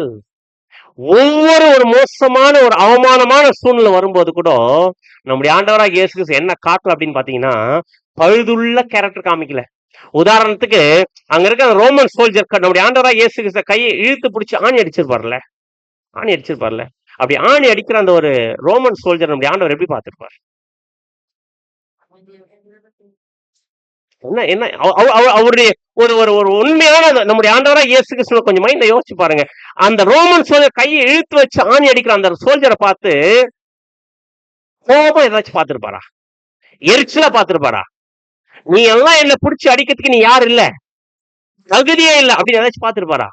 என்ன யோசிச்சிருக்கும் நம்முடைய ஆண்டவர் அப்படின்னு பாத்தீங்கன்னா என்னதான் யோசிச்சு வாய்ப்பு இருக்கும் பாத்தீங்கன்னா நல்லா இழுத்து வச்சு அடி, நான் சாகிறது மூலமா உனக்கும் சேர்த்து நான் என்ன பண்றேன், ரட்சி கொடுக்குறேன். இதுதான் நம்முடைய ஆண்டவருடைய பார்வையா இருந்திருக்குமா தவிர என்ன இருந்திருக்காதுன்னு பாத்தீங்கன்னா அவர் ஒவ்வொரு இடத்துலயுமே எவ்வளவு உச்சக்கட்ட அவமானத்துக்குள்ள அவர் கொண்டு போலாமே சிந்தையில கூட நம்முடைய ஆண்டவரா இயேசு கிறிஸ்து என்ன பண்ணலன்னு பாத்தீங்கன்னா ஒரு தீமையான எண்ணம் கூட யோசிக்கல. இதுதாங்க பழுதற்ற பலி என்ன பண்ணிருக்காரு நம்முடைய ஆண்டவரா இயேசு கிறிஸ்து கொடுத்திருக்காரு. அவர் கொடுத்த அந்த ரத்தத்து மூலமா யாருக்கு மீட்பு? ஃபர்ஸ்ட் யாருக்கு மீட்பு? அங்க அந்த அந்த ஆட்டுக்குட்டி ரத்தத்தின் மூலமா ஃபர்ஸ்ட் யாருக்கு விடுதலை? அது செகண்ட். ஃபர்ஸ்ட் யாருக்கு? ஃபர்ஸ்ட் பார்ன், கரெக்டா இல்லைங்களா? முதற் பலன் தான் ஃபர்ஸ்ட் காப்பாற்றப்படணும். டேஞ்சர் யாருக்கு? ஃபர்ஸ்ட் தலைச்சின் பிள்ளைக்கு தான். அப்புறம் தான் உலக ஜனங்க, அது அப்புறம் தான் யாருக்குன்னு பாத்தீங்கன்னா அந்த இஸ்ரவேல் விடுதலை ஆச்சு. அப்படின்னா இப்போ நம்முடைய ஆண்டவரா இயேசு கிறிஸ்து பழுதற்ற பலியா நமக்காக ரத்தம் சிந்திருக்கிறான்னா நம்ம யாரா இருக்கணும்? அப்போ இஸ்ரவேல் ஜனங்களா இருக்கணுமா, ஃபர்ஸ்ட் பார்னா இருக்கணுமா? அப்படின்னா நம்ம எல்லாருமே இப்ப சொல்லிட்டு இருக்கோம் இல்லைங்களா, அவர் சிந்தின ரத்தம் எங்களை என்ன பண்ணப்பட்டிருக்கு, விடுதலை பண்ணிருக்கு அப்படின்னு சொன்னா நம்ம தான் ஃபர்ஸ்ட் விடுதலை ஆயிருக்கணும். அப்படின்னா நம்ம யாரா இருக்கணும்? ஃபர்ஸ்ட் பார்னா இருக்கணும். அப்படியா? நம்ம ஃபர்ஸ்ட் பார்னா? ஆமா, அன்புக்குரிய சகோதர சகோதரே, வசனம் அப்படிதான் சொல்லுது. யார் யார் கிறிஸ்துவை இப்போ ஏற்றுக்கொண்டு அவர் ரத்தத்தின் மூலமா விடுதலை ஆகிறாங்க அப்படின்னு பாத்தீங்கன்னா அவங்கதான் ஃபர்ஸ்ட் பார்ன். எப்படி ஃபர்ஸ்ட் பார்ன் ஆகிறாங்க பாத்தீங்கன்னா நம்ம வசனம் வாசிக்கலாம். யாக்கோபு 1:18 வசனம். யாக்கோபு 1:18 அவர் சித்தம் கொண்டு தம்முடைய சிருஷ்டிகளில் அப்படின்னு அர்த்தம் தன்னுடைய படைப்புகள்ல நாம் முதற் பலன்கள் ஆவதற்கு நம்மை சத்திய வசனத்தினாலே ஜெனிப்பித்தார். சத்திய வசனத்தினாலே ஜெனிப்பித்தார் அப்படின்னா நம்மளால யாருன்னு சொல்றாரு? Second born. முதற் பலன்கள் என்ன அர்த்தம்? முதற் பலன்கள் என்னன்னு கேக்குறேன் இங்கிலீஷ்ல. ஃபர்ஸ்ட் பார்ன், கரெக்டா இல்லைங்களா? அப்படின்னா நம்ம யாராமா? ஃபர்ஸ்ட் பார்னாமா. எப்படிதான் ஃபர்ஸ்ட் பார்ன் ஆக முடியும்னு பாத்தீங்கன்னா நம்மை சத்திய வசனத்தினால ஜெனிப்பித்தார். யார் யார் நம்முடைய ஆண்டவர் சொன்ன சத்தியத்திற்கு கீழ்ப்படைஞ்சு இப்போ கிறிஸ்துடைய குணலட்சணத்தை காண்பிக்கிறோமோ நம்ம தான் ஃபர்ஸ்ட் பார்ன். அதுக்காக இந்த கூட்டத்தை கூட்டி இருக்கிறோம், அதுக்காக சத்திய வசனத்தை பார்த்துட்டு இருக்கிறோம். அப்படின்னா ஒவ்வொரு வசனத்துக்கு பழக்கம் இல்லாம இருக்கிறோம், குழந்தைகளா இருக்கிறோம். இப்ப நம்ம என்ன ஆகிறோம்னு பாத்தீங்கன்னா குழந்தைகளா இருக்கிற நம்ம நல்ல மெச்சூர்டு கிறிஸ்டியன்ஸா கிறிஸ்து மாதிரி வாழ்க்கை வாழக்கூடியவர்களா நாம மாற ஆரம்பிக்கணும் பாத்தீங்கன்னா சத்திய வசனத்தினால. அப்படி மாற ஆரம்பிச்சிட்டோம்னா நம்ம யாரா நம்முடைய ஆண்டவர் பாக்குறது பாத்தீங்கன்னா நம்ம தான் ஃபர்ஸ்ட் பார்ன். ஃபர்ஸ்ட் யாருக்கு விடுதலை அப்படின்னு பாத்தீங்கன்னா கிறிஸ்து ரத்தத்தின் மூலமா நமக்கு விடுதலை. அப்பதான் யாருக்கு? அப்புறம் தான் யாருக்கும் பாத்தீங்கன்னா உலக ஜனங்களுக்கு. கரெக்டா இல்லைங்களா? ஃபர்ஸ்ட் இப்ப நம்ம ஆண்டவராக இயேசு கிறிஸ்துவனுடைய அடிச்சொல் யார் பின்பற்றுறாங்களோ அவங்களுக்கு தான் அவங்க பட் வந்து ஃபர்ஸ்ட் அப்ளை ஆகுது. அதுக்கப்புறம் தான் உலக ஜனங்களுக்கு. உலகில் உயிர்த்தெழுந்து வரப்போறாங்க இல்லையா? அப்படின்னா அவங்க உயிர்த்தெழுந்து வரதுக்கு முன்னாடியே இப்போ நீங்களும் நானும் கிறிஸ்து மாதிரி வாழ்க்கை வாழ்ந்து செத்துட்டா, போன பாயிண்ட் பிரகாரம் நம்ம செத்துட்டா ஃபர்ஸ்ட் யார் உயிர்த்தெழுந்து போவோம்? உலக ஜனங்கள். நம்ம தான். அப்ப நம்ம யாரு? ஃபர்ஸ்ட் பா. அப்படின்னா முன்னாடி எழுதுந்த நிழல் இப்ப நம்ம பார்த்துட்டு இருக்கிறது நிஜம். இதே சமம் எத்தனை முறை படிச்சிருப்போம். அப்படி நான் கொஞ்சம் யோசிச்சு பாருங்க. இப்ப கிறிஸ்துடைய அடிச்சுவடல நீங்களும் நானும் பின்பற்றணும்னா ஃபர்ஸ்ட் பான ஆகணும். அப்படின்னா யாருடைய அடிச்சொல்ல பின்பற்றணும்? நம்முடைய ஆண்டவராக இயேசு அடிச்சொல்ல பின்பற்றணும். அடிச்சொல்ல பின்பற்றணும்னா இஷ்டத்துக்கு வாழ்க்கை வாழ்ந்துட முடியுமா? இப்ப யாருடைய கேரக்டர் அப்படியே காமிக்கணும். நம்ம ஆபீஸ்ல, நம்முடைய வீட்டுல, நம்ம வேலை செய்யற இடத்துல, காலேஜ்ல, எல்லா இடத்துலயுமே நம்ம யாரா காமிக்கணும்? இயேசு கிறிஸ்துவோட கேரக்டர் காமிக்கணும். நம்மளை பார்த்தா உண்மையிலேயே கிறிஸ்து மாதிரி வாழ்க்கை வாழ்றாங்க. அவர் பேச்சு, அவருடைய பிஹேவியர், அவங்க அவங்க அவங்க அவங்க பேசுற வார்த்தை, அவங்க காமிக்கிற கேரக்டர் எல்லாமே கிறிஸ்து மாதிரியே இருக்குதுங்க அப்படின்னு சொல்லணும்னா நம்ம கேட்கக்கூடிய சத்தியத்துக்கு ஏத்த மாதிரி வாழ்க்கை இருக்கணும்.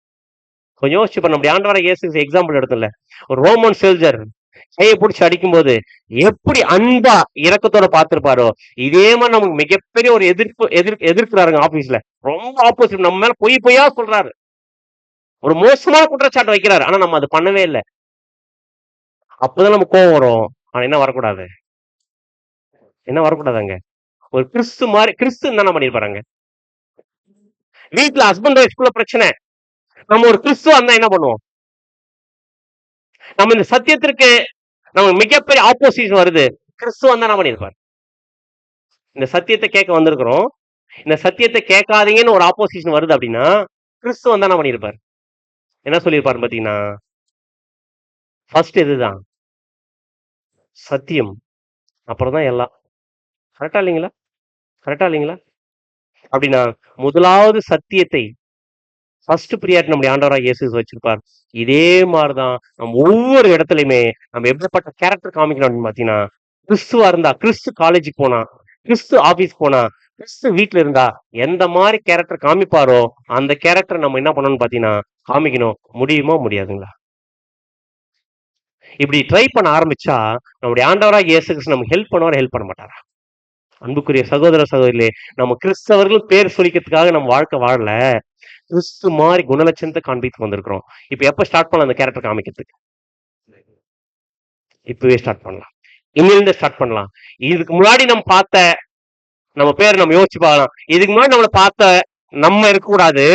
இதுக்கப்புறம் நம்ம யார் மாதிரி இருக்கணும் பாத்தீங்கன்னா கிறிஸ்து மாதிரி பார்க்கணும். நம்ம இந்த பாடத்தை கேட்டதுக்கு அப்புறம் என்ன சொல்லணும்னு பாத்தீங்கன்னா, இவங்க வாரம் எங்க போனாங்க, போனதுக்கு அப்புறம் பயங்கரமான கேரக்டர் சேஞ்சுங்க அப்படின்னு சொல்ற அளவுக்கு நம்ம கேரக்டர் பண்ணணும், காமிக்கணும். கிறிஸ்து மாதிரி கேரக்டர் காமிச்சா நேத்து வரைக்கும் ஒரு மாதிரி இருந்தாங்க, பட் இன்னைக்கு வேற மாதிரி கேரக்டர் காமிக்கிறாங்க. கோபப்பட மாட்டேன்றாங்க, கும்பு காட்டுறாங்க, எரிச்சல் வந்தா கூட எரிச்சல் படுத்துறோட எரிச்சல் ஆக மாட்டாங்க. இந்த மாதிரி குணலட்சணத்தை நம்ம காண்பிக்க காண்பிக்க காண்பிக்க கண்டிப்பா நம்முடைய ஆண்டவராக இயேசு கிறிஸ்து என்ன பண்ணாரு பாத்தீங்கன்னா நமக்கு மிகப்பெரிய உதவி செய்வார். இது நிழலுக்கான ஒரு மிகப்பெரிய ஒரு நிஜத்தை பார்க்கும்போது நமக்குள்ள கேரக்டர் டெவலப்மெண்ட் வருதா வரலைங்களா?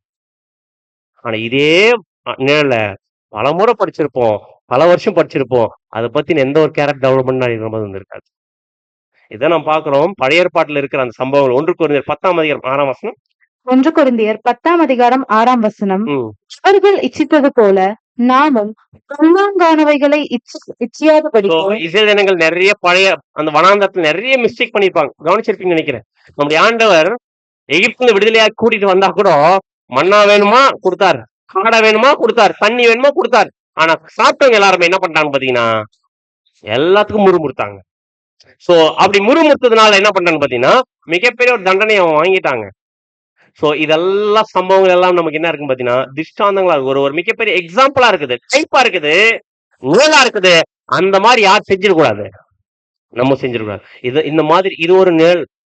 இந்த மாதிரி எத்தனை பார்க்கலாம் பைபிள் ஏகப்பட்டது நிழல். இந்த ஒரு நிழலே நம்மளுடைய கேரக்டரை சேஞ்ச் பண்றதுக்கு ட்ரை பண்ணதா இல்லையா?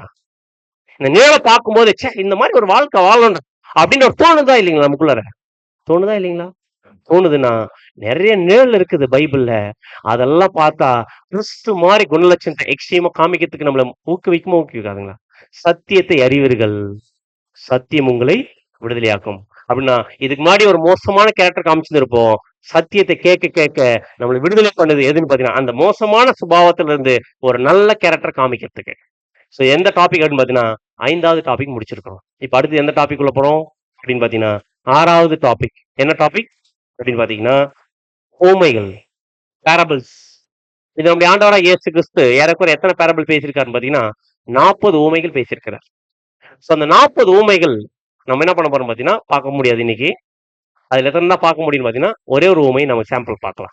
இப்ப நம்ம ஹவ் டு ஸ்டடி த பைபிள்ல எதான் எடுத்துக்கிறோம் ஒவ்வொரு நாளும், இந்த ஒவ்வொரு 2 வாரத்திலயும் ஒவ்வொரு சாம்பிளே நமக்கு ஒரு எக்ஸாம்பிளா இருக்கு அப்படின்னும் போது இதுக்கப்புறம் பார்க்கக்கூடிய ஒவ்வொரு விஷயமே நமக்கு என்ன ஆகும் பாத்தீங்கன்னா கண்டிப்பா கேரக்டர் டெவலப்மெண்ட் கொடுக்க நம்ம பார்க்கணும். அப்படி இப்ப நம்ம பேரபிளுக்குள்ள நம்ம போலாம். சோ பேரபிள் ஊமைகள் நம்முடைய ஆண்டவரா இயேசு கொடுத்தாரு இல்லைங்களா? அந்த ஊமைகள் எல்லாமே நம்முடைய ஆண்டவர் பேச பேச எல்லாரும் புரிஞ்சிச்சா? புரியல. நிறைய பேர் கேக்குறாங்க, அது புரியல. யாருக்கே புரியாம போயிடுச்சு அப்படின்னு பாத்தீங்கன்னா சீஷர்களுக்கே புரியாம போயிடுச்சு. நம்முடைய ஆண்டவர்கிட்ட கேக்குறாங்க, ஏன் ஆண்டவரே ஊமைகளாவே பேசுறீங்க அப்படின்னு சொல்லும்போது நம்முடைய ஆண்டவர் சொன்ன ஸ்டேட்மெண்ட் ரொம்ப ரொம்ப முக்கியம். இதே ஒரு கேள்வி நமக்கு வருதா இல்லையா? இன்னைக்கு எல்லா ஊமைகள் நமக்கு புரிஞ்சிச்சா? பைபிள்ல இருக்கும் 40 ஊமைகள் நம்முடைய ஆண்டவர் வாயிலிருந்து பேசுறது எல்லாமே தெரிஞ்சுச்சான்னு பாத்தீங்கன்னா இல்ல. அப்படின்னா புரியாத ஒரு விஷயத்த நம்முடைய ஆண்டவர் பேசிட்டு போறதுக்காக எழுதி கொடுத்துருக்காருன்னு பாத்தீங்கன்னா இல்ல.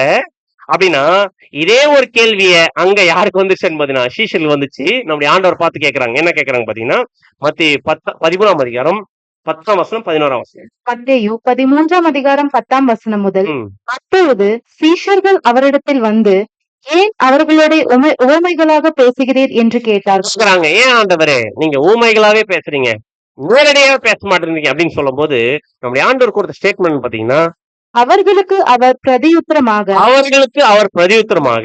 பரலோக ராஜ்யத்தின் ரகசியங்களை அறியும்படி உங்களுக்கு அருளப்பட்டது. அன்புக்குரிய சகோதர சகோதரிகளே, இந்த ஊமை நம்முடைய ஆண்டவராக இயேசு கிறிஸ்து பேசின ஊமைகளுக்குள்ளர எது மறைஞ்சிருக்கு அப்படின்னு பாத்தீங்கன்னா பரலோக ராஜ்யத்தினுடைய சீக்கிரத்தை எதுல மறைச்சு வச்சிருக்காரு நம்முடைய ஆண்டவர்? ஊமைகளுக்குள்ள அரைச்சு வச்சிருக்காரு. இப்ப அந்த ஊமைகளை நம்ம தெரிஞ்சுட்டோம்னா பரலோக ராஜ்யத்தினுடைய ரகசியத்தை நம்ம பண்ணிக்கலாம், நம்ம தெரிஞ்சுக்கலாம். எப்படி பரலோக ராஜ்யத்துக்குள்ள பிரவேசிக்கிறது அப்படின்ற சீக்கிரத்தை எதுக்குள்ள வச்சிருக்கிறாராமா? ஊமைகளுக்குள்ள வச்சிருக்கிறாராமா. ஆனா அந்த ஊமைகளே நமக்கு புரியல அப்படின்னா எதுக்குள்ள போக முடியாது, பரலோக ராஜ்யத்தில் என்ன பண்ண முடியாது, பிரவேசிக்க முடியாது. அப்படின்னா இப்ப நம்ம எதை தெரிஞ்சுக்கணும் அப்படின்னு பாத்தீங்கன்னா நம்முடைய ஆண்டவர் சொல்றாரு, என்ன சொல்றாருன்னா அவர்களுக்கு அவர் பிரதியுத்தரமாக பரலோக ராஜ்யத்தின் ரகசியங்கள் அறியும்படி உங்களுக்கு அருளப்பட்டிருக்கிறது, அவர்களுக்கோ அருளப்படல. உங்களுக்குன்னு யார சொல்றார், அவர்களுக்குன்னு யார சொல்றார்? நம்முடைய ஆண்டவராக இயேசு பேசினுக்கிறது சீஷர்களா இருக்கிற உங்களுக்கு இதனுடைய விளக்கம் சொல்றேன். உங்களுக்கு அருளப்பட்டிருக்கு, அவர்களுக்கு என்ன பண்ணல, அருளப்படல. ஏன் சீஷர்களுக்கு அருளப்பட்டிருக்குது, மற்றவங்க அருளப்படல? எல்லாருக்குமே நம்முடைய ஆண்டவர் ஸ்பீச் கொடுத்தாரு, இந்த பேரபிள் பேசினாரு. ஏன் இவங்களுக்கு மட்டும் அந்த ரகசியத்தை வெளிப்படுத்துறாரு, மற்றவங்களுக்கு ஏன் வெளிப்படுத்தல? ஏன்னா கேட்கக்கூடிய ஆர்வம் யாருக்கு இருந்துச்சு? சீஷர்களுக்கு இருந்துச்சு. மற்றவர்களுக்கு எல்லாருக்குமே என்ன இல்லை அப்படின்னு பாத்தீங்கன்னா கேட்கக்கூடிய ஆர்வம் இல்ல. அப்படின்னா கேட்கக்கூடிய ஆர்வம் இருக்கக்கூடிய சீஷர்களுக்கு இருக்கக்கூடியவங்களுக்கு தான் அந்த ஊமையுடைய அர்த்தத்தை கிறிஸ்து சொல்லுவார தவிர ஆர்வம் இல்லாதவங்க என்ன பண்ண மாட்டா இருக்கும், சொல்ல மாட்டார். அப்படின்னா இப்போ இந்த பேரபிளுடைய விளக்கம் இப்ப யாருக்கு சொல்றாரு பாத்தீங்கன்னா நம்முடைய ஆண்டவராக இயேசு கிறிஸ்து பரலோக ராஜ்யத்தின் ரகசியம் அறியும்படி உங்களுக்கு அருளப்பட்டிருக்கு. யாருக்கு? இன்னைக்கு இன்னைக்கு நம்மளை பார்த்து சொல்றாரு, நமக்கு அருளப்பட்டிருக்கிறது, அவர்களுக்கும் அருளப்படல. யாருங்க அந்த அவர்கள்? ஃபர்ஸ்ட் கிளாஸ்ல வந்துட்டு பாதியில போயிட்டாங்க, 2வது கிளாஸ் வரல, 2வது கிளாஸ் வந்துட்டு போயிட்டோங்க. இப்ப 3வது கிளாஸ் நம்ம வந்திருக்க நமக்கு என்ன பண்றது, அருளப்பட்டிருக்கு. ஆர்வம் இல்லாதவங்களுக்கு என்ன பண்ணப்படல, அருளப்படல. அப்படின்னா இந்த இப்ப நம்முடைய ஆண்டவர் பேசின ஊமையில பரலோக ராஜ்யத்தின் ரகசியம் என்ன இருக்கு பிரதர், அதை நம்ம தெரிஞ்சுக்கிட்டு அந்த பரலோக ராஜ்யத்துக்குள்ள போறதுக்கான குணலட்சணத்தை எப்படி மாத்திக்கிறது நம்ம பார்க்கலாம். அப்படின்னா இப்ப நம்முடைய ஆண்டவராக இயேசு கிறிஸ்து ஊமைகள் பேசுறாரு அப்படின்னா ஒரு பேக்ரவுண்ட்ல சில சம்பவங்கள் நடக்கும், கரெக்டா இல்லைங்களா? டக்குன்னு எடுத்தோடனே ஊமை பேச மாட்டார். சில சூழ்நிலைகள் போகும், அந்த சம்பவத்தோட இசைந்து நம்ம சீசல்ட்டு ஒரு ஊமை பேசுவார். அது என்ன சம்பவம் போயிட்டு இருந்துச்சான்னு பாத்தீங்கன்னா, நம்முடைய ஆண்டவராக இயேசு ஊழியம் பண்ணிட்டு போயிட்டு இருக்கும்போது ஒரு மிகப்பெரிய பணக்கார வாலிபன் நம்முடைய ஆண்டவர் வந்தார். வந்து என்ன கேட்கிறாருன்னு பாத்தீங்கன்னா, ஒரு ஷார்ட்கட் கேட்கிறார். என்ன ஷார்ட்கட் அப்படின்னு பாத்தீங்கன்னா, வசனம் வாசிக்கலாம். மத்தேயு 19ஆம் அதிகாரம் 16ஆம் வசனம். மத்தேயு 19ஆம் அதிகாரம் 16ஆம் வசனம். ம், அப்பொழுது ஒருவன் வந்து ம், அவரை நோக்கி, ம். நல்ல போதகரே, நித்திய ஜீவனை அடைவதற்கு நான் என்ன நன்மையை செய்ய வேண்டும் என்று கேட்டான். என்ன கேட்கிறாருன்னு பாத்தீங்கன்னா, நம்முடைய ஆண்டவர்கிட்ட, ஆண்டவர் நான் என்ன பண்ணணும்? நித்திய ஜீவனை வாங்கிக்கணும். அதுக்கு எந்த நன்மையை செய்யறது அப்படின்னு கேட்கும்போது, நம்முடைய ஆண்டவராக இயேசு ஒரு ஸ்டேட்மெண்ட் சொன்னாரு. அந்த ஸ்டேட்மெண்ட் யாரால ஏற்றுக்கொள்ள முடியல அப்படின்னு பாத்தீங்கன்னா, அந்த பணக்கார வாலிபனால் ஏற்றுக்கொள்ள முடியல. என்ன சொல்லிட்டாருன்னு பாத்தீங்கன்னா, வசனம் வாசிக்கலாம். 21ஆம் வசனம். அதற்கு இயேசு, ம், நீ பூரண சற்குணனாயிருக்க விரும்பினால் ம், போய் உனக்கு உன்னைகளை விற்று தரித்திரருக்கு கொடு, ம், அப்பொழுது பரலோகத்தில் உனக்கு பொக்கிஷம் உண்டாயிருக்கும், ம். வந்து என்னை பின்பற்றி வா என்றார். இப்போ பணக்கார வாலிபனை கூப்பிட்டு வந்து கேக்குறாரு, நித்திய ஜீவனை சுதந்திரத்துக்கணும். ஆனா பணம் எல்லாம் என்கிட்டயே இருக்கணும். எப்படி? நான் பணக்காரனாவும் இருக்கணும். ஆனா நித்திய ஜீவன சுதந்திரிக்கணும். அதுக்கு ஏதாவது ஷார்ட்கட் இருக்கா ஆண்டவரே அப்படின்னு கேட்கும்போது நம்முடைய ஆண்டவர் சொல்றார், நோ ஷார்ட்கட். ஒரே ஒரு வழிதான் இருக்குது. என்ன பண்ணு பாத்தீங்கன்னா, உனக்கு உண்டானது என்ன பண்ற? விட்டு தரித்து கொடு. அப்புறம் பரலோகத்தில் உனக்கு என்ன இருக்கு? பொக்கிஷம் உண்டாயிருக்கும். அப்ப என்ன பண்ண என்ன ஃபாலோ பண்ணுங்க அப்படின்னு சொன்ன உடனே என்ன ஆயிடுச்சு அவருக்கு? ஆண்டவர் உங்களை ஃபாலோ பண்ணா நான் என்ன ஆயிடுவேன்? தரித்திரம் ஆயிடுவேன் அப்படின்னு சொல்லிட்டு என்ன பண்ணிட்டாரு பாத்தீங்கன்னா, நம்முடைய ஆண்டவரை ஃபாலோ பண்றதை விட்டுட்டு திரும்பி என்ன பண்ணிட்டாரு? போயிட்டாரு. ஏன் போயிட்டாராமா? வசனம் வாசிக்கலாம். 22ஆம் வசனம். அந்த வாலிபன் மிகுந்த ஆஸ்தி உள்ளவனாய் இந்த இருந்தபடியால் வாலிபனுக்கு எவ்வளவு இருக்குது? மிகுந்த ஆஸ்தி உள்ளவனாய் இருந்தபடியால் இந்த வார்த்தையை கேட்ட பொழுது ம், துக்கமடைந்தவனாய் போய்விட்டான். இந்த வார்த்தையை கேட்ட அவருக்கு என்ன வந்துச்சு? துக்கம் வந்துச்சு. ஏன்னா இவரால் என்ன பண்ண முடியல? இந்த ஐஸ்வர்யத்தை விட்டுட்டு போக முடியல. இந்த மாதிரி இவர் துக்கம் முடியும்னா போயிட்ட உடனே இவ கூட யார் இருக்கிறது? இந்த பணக்கார வாலிபன் சொல்லிட்டாரு நம்முடைய ஆண்டவர். சொன்ன உடனே அவர் என்ன பண்றாரு பாத்தீங்கன்னா, துக்கமா போயிட்டாரு. இப்ப யாருக்கு அது பக்கத்துல? சீஷர்கள். சீஷர்கள் கேக்குறாங்க, அப்போ நாட் பாசிபிளா? போக முடியாதா? அப்படின்னு கேட்ட உடனே நம்முடைய ஆண்டவர் இதுக்கு ஒரு முக்கியமான ஒரு பேரபிள் பேசுறார். என்ன பேசுறாருன்னு பாத்தீங்கன்னா, மத்தேயு 19ஆம் அதிகாரம் 24ஆம் வசனம் ரொம்ப ரொம்ப முக்கியமான வசனம். இப்ப நம்ம பாக்குற இந்த பாயிண்ட்ல வசனம் வாசிக்கலாம். மத்தேயு 19:24. மேலும் ஐஸ்வர்யவான் தேவனுடைய ராஜ்யத்தில் பிரவேசிப்பதை பார்க்கிலும் ஐஸ்வர்யவான் தேவனுடைய ராஜ்யத்தில் பிரவேசிப்பதை பார்க்கிலும் ஒட்டகமானது ஊசியின் காதிலே நுழைவது எளிதாயிருக்கும். ஒட்டகம் ஊசியின் காதில் நுழைவது எளிதா இருக்கும் என்று உங்களுக்கு சொல்லுகிறேன் என்றார். அப்படின்னா நம்முடைய ஆண்டவராகிய இயேசு கிறிஸ்து இங்க என்ன சொல்றாரு பாத்தீங்கன்னா, மேலும் ஐஸ்வர்யவான் தேவனுடைய ராஜ்யத்தில் பிரவேசிப்பதை பார்க்கிலும், நாம ஐஸ்வர்யவான் பரலோக ராஜ்யம் பிரவேசிக்கிறதை பார்க்கிலும் எது ஈஸியாமா? ஒட்டகம் ஊசியின் காதுல நுழையிறது ஈஸியாமா? அப்படின்னா ஐஸ்வர்யவான் பரலோக ராஜ்யத்தில் போக முடியாதுன்னு சொல்றாரா? போக முடியாதுன்னு சொல்றாரா? அரியுதுன்னு சொல்றாரா? போக முடியுமா முடியாதா? நல்லா கவனி இந்த வசனத்தை. மேலும் ஐஸ்வர்யன் தேவனுடைய ராஜ்யத்தில் பிரவேசிப்பதை பார்க்கிலும் ஒட்டகமானது ஊசியின் காதில் நுழைவது எளிதா இருக்கும். அப்படின்னா அவங்க போக முடியும். அதை விட எது ஈஸின்னு பாத்தீங்கன்னா, ஒட்டகம் ஊசியின் காதுல போறது ஈஸி. ஆனா அவங்க போறது ரொம்ப கஷ்டம். ஆனா ஆனா ஒட்டகம் ஊசியின் காதல் நுழையிறத எப்படி நுழையுதோ அந்த மாதிரி ஐஸ்வர்யவான் நுழைந்து முயற்சி பண்ணாருன்னா என்ன பண்ண முடியும்? அவரால போக முடியும். அப்படின்னா இப்ப நம்முடைய கேள்வி, ஒட்டகம் ஊசியின் காதல் நுழையுமா?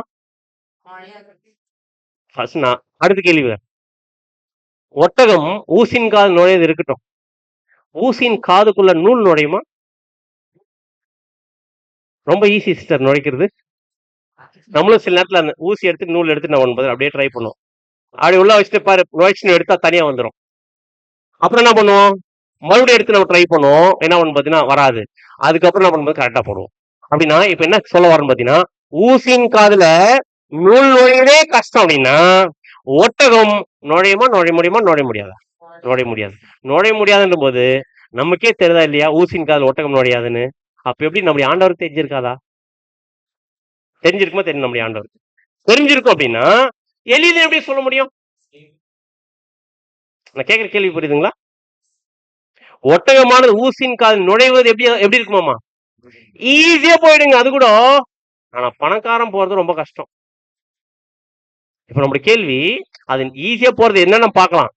நம்முடைய கேள்வி என்ன பாத்தீங்கன்னா, ஊசியின் காதுல நூல் நுழையதே கஷ்டம் அப்படின்னும் போது ஒட்டகம் நுழைய முடியுமா?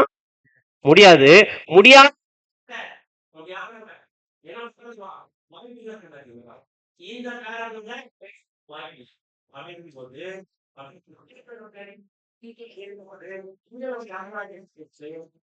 தெரியாம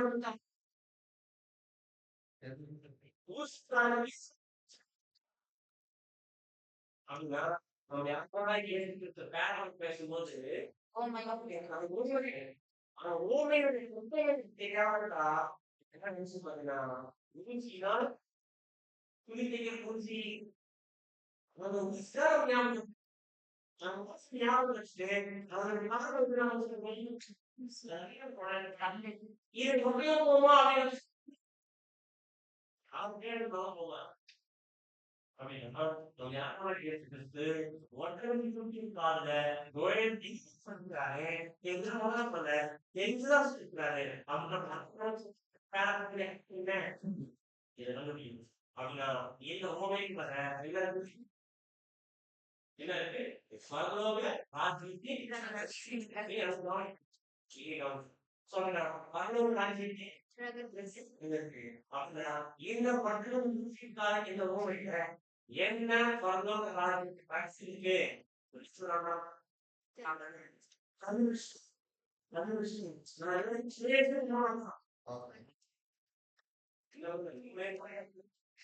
சொந்த மனிதனை பத்தி யோசிக்கணும் இது நல்ல ஆகணும் அப்புறம்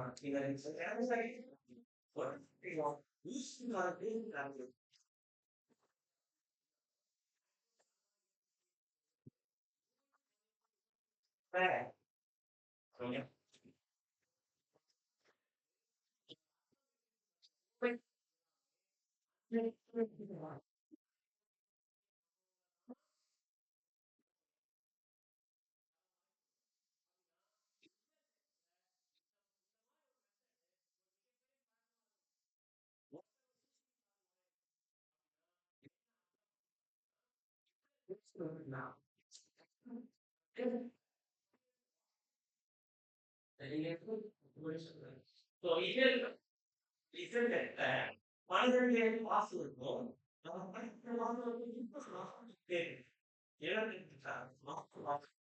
மீன் வாசல் அதே மாதிரி குதிரை வாசல் அப்படின்னு அந்த மாதிரி ஒரு வாசலுக்கு எப்படி பார்த்தீங்கன்னா நீங்களுக்கே ஊசி வாசல் அப்படின்னு ஊசி வாசல் வழியாதான் என்ன பண்ணுவாங்க பாத்தீங்கன்னா அந்த ரிசர்ச் போயிட்டு நல்லா சம்பாதிச்சுட்டு தீர்ந்து வரும்போது டைம் எடுத்து தரணும்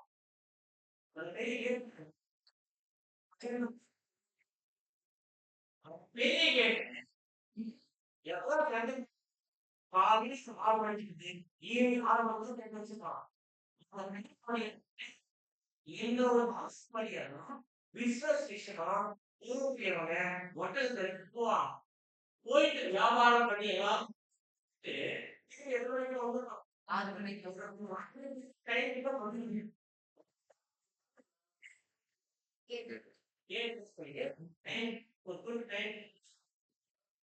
மேல எதிரிகள் நுழைஞ்சி தேசத்தை சிறைபிடிச்சு சொல்றதுக்காக ஒரு டைம் போது நம்ம கேட்கும் அது கொடுத்த டைம் வியாபாரம்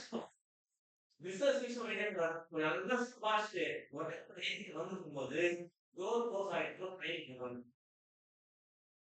டோர் க்ளோஸ் ஆயிட்டு ட்ரெயின் வரணும் ஆனா என்ன பண்ணியாங்க பாத்தீங்கன்னா அந்த டெஸ்டிக்குள்ள போயிதான் அந்த தேசத்துக்குள்ள போயிதான் அப்படின்னா எந்த கேட் ஓப்பன் ஆயிருக்கும் தெரியுங்களா நீடில் கேட் அப்படின்னு சொல்லுவாங்க பெரிய கேட் இருக்கும் அந்த பெரிய கேட் ஒரு சின்ன கேட் இருக்கும் பாத்துருக்கீங்களா இந்த கம்பெனி எல்லாம் பாத்துருக்கீங்க பெரிய கேட் பெரிய கம்பெனி பெரிய கேட் வச்சுப்பாங்க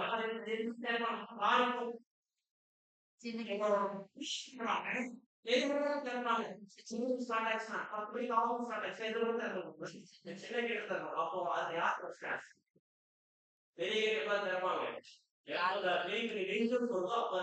இந்த மாதிரி பெரிய கேட் வந்து காலையிலிருந்து ஈவினிங் வரைக்கும் திறந்து வச்சுப்பாங்க ஃப்ரீயா போயிட்டு இந்த மாதிரி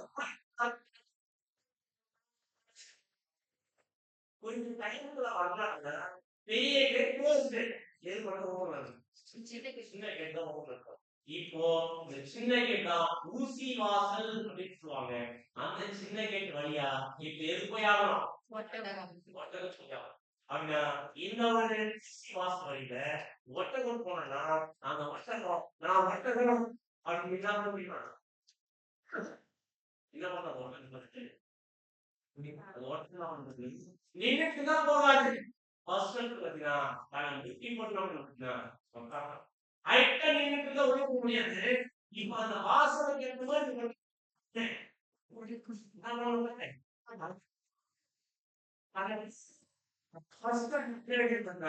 எப்படி போட்டு அந்த வாசனை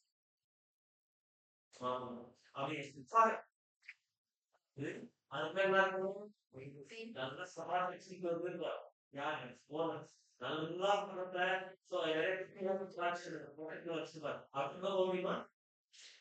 என்ன பண்ண அந்த ஹோட்டல் தெரியுங்களா?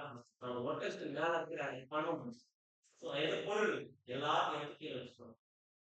கீழே வச்சு என்ன பண்ண அந்த ஒட்டகம் ஃபர்ஸ்ட் அந்த சின்ன கேட் தலையான உள்ள அவர் உள்ள விடும்போது கொஞ்சம் கொஞ்சமா என்ன அந்த சீவாசத்துக்கு அந்த ஒட்டகம் உள்ள நுழையும். பண்ணும்போது வலி இருக்கணும். ஆனா வலி இருந்தாலும் மெயின் வெளியே இருந்தா என்ன ஆகும் தெரியுங்களா? மிகப்பெரிய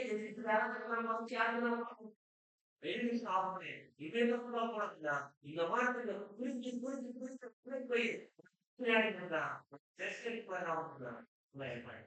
இப்படி இப்படி போறது என்ன சொல்றாங்க? ஐஸ்வர்யோட பரலோக ராஜ்யத்தில் பிரவேசிக்கிறத விட ஒட்டகம் யூசின் கால் முளைக்குமா? ஒருத்தர் பரலோக ராஜ்யத்தில் பிரவேசிக்கணும். இந்த ஒட்டகம் எப்படி போச்சோ அந்த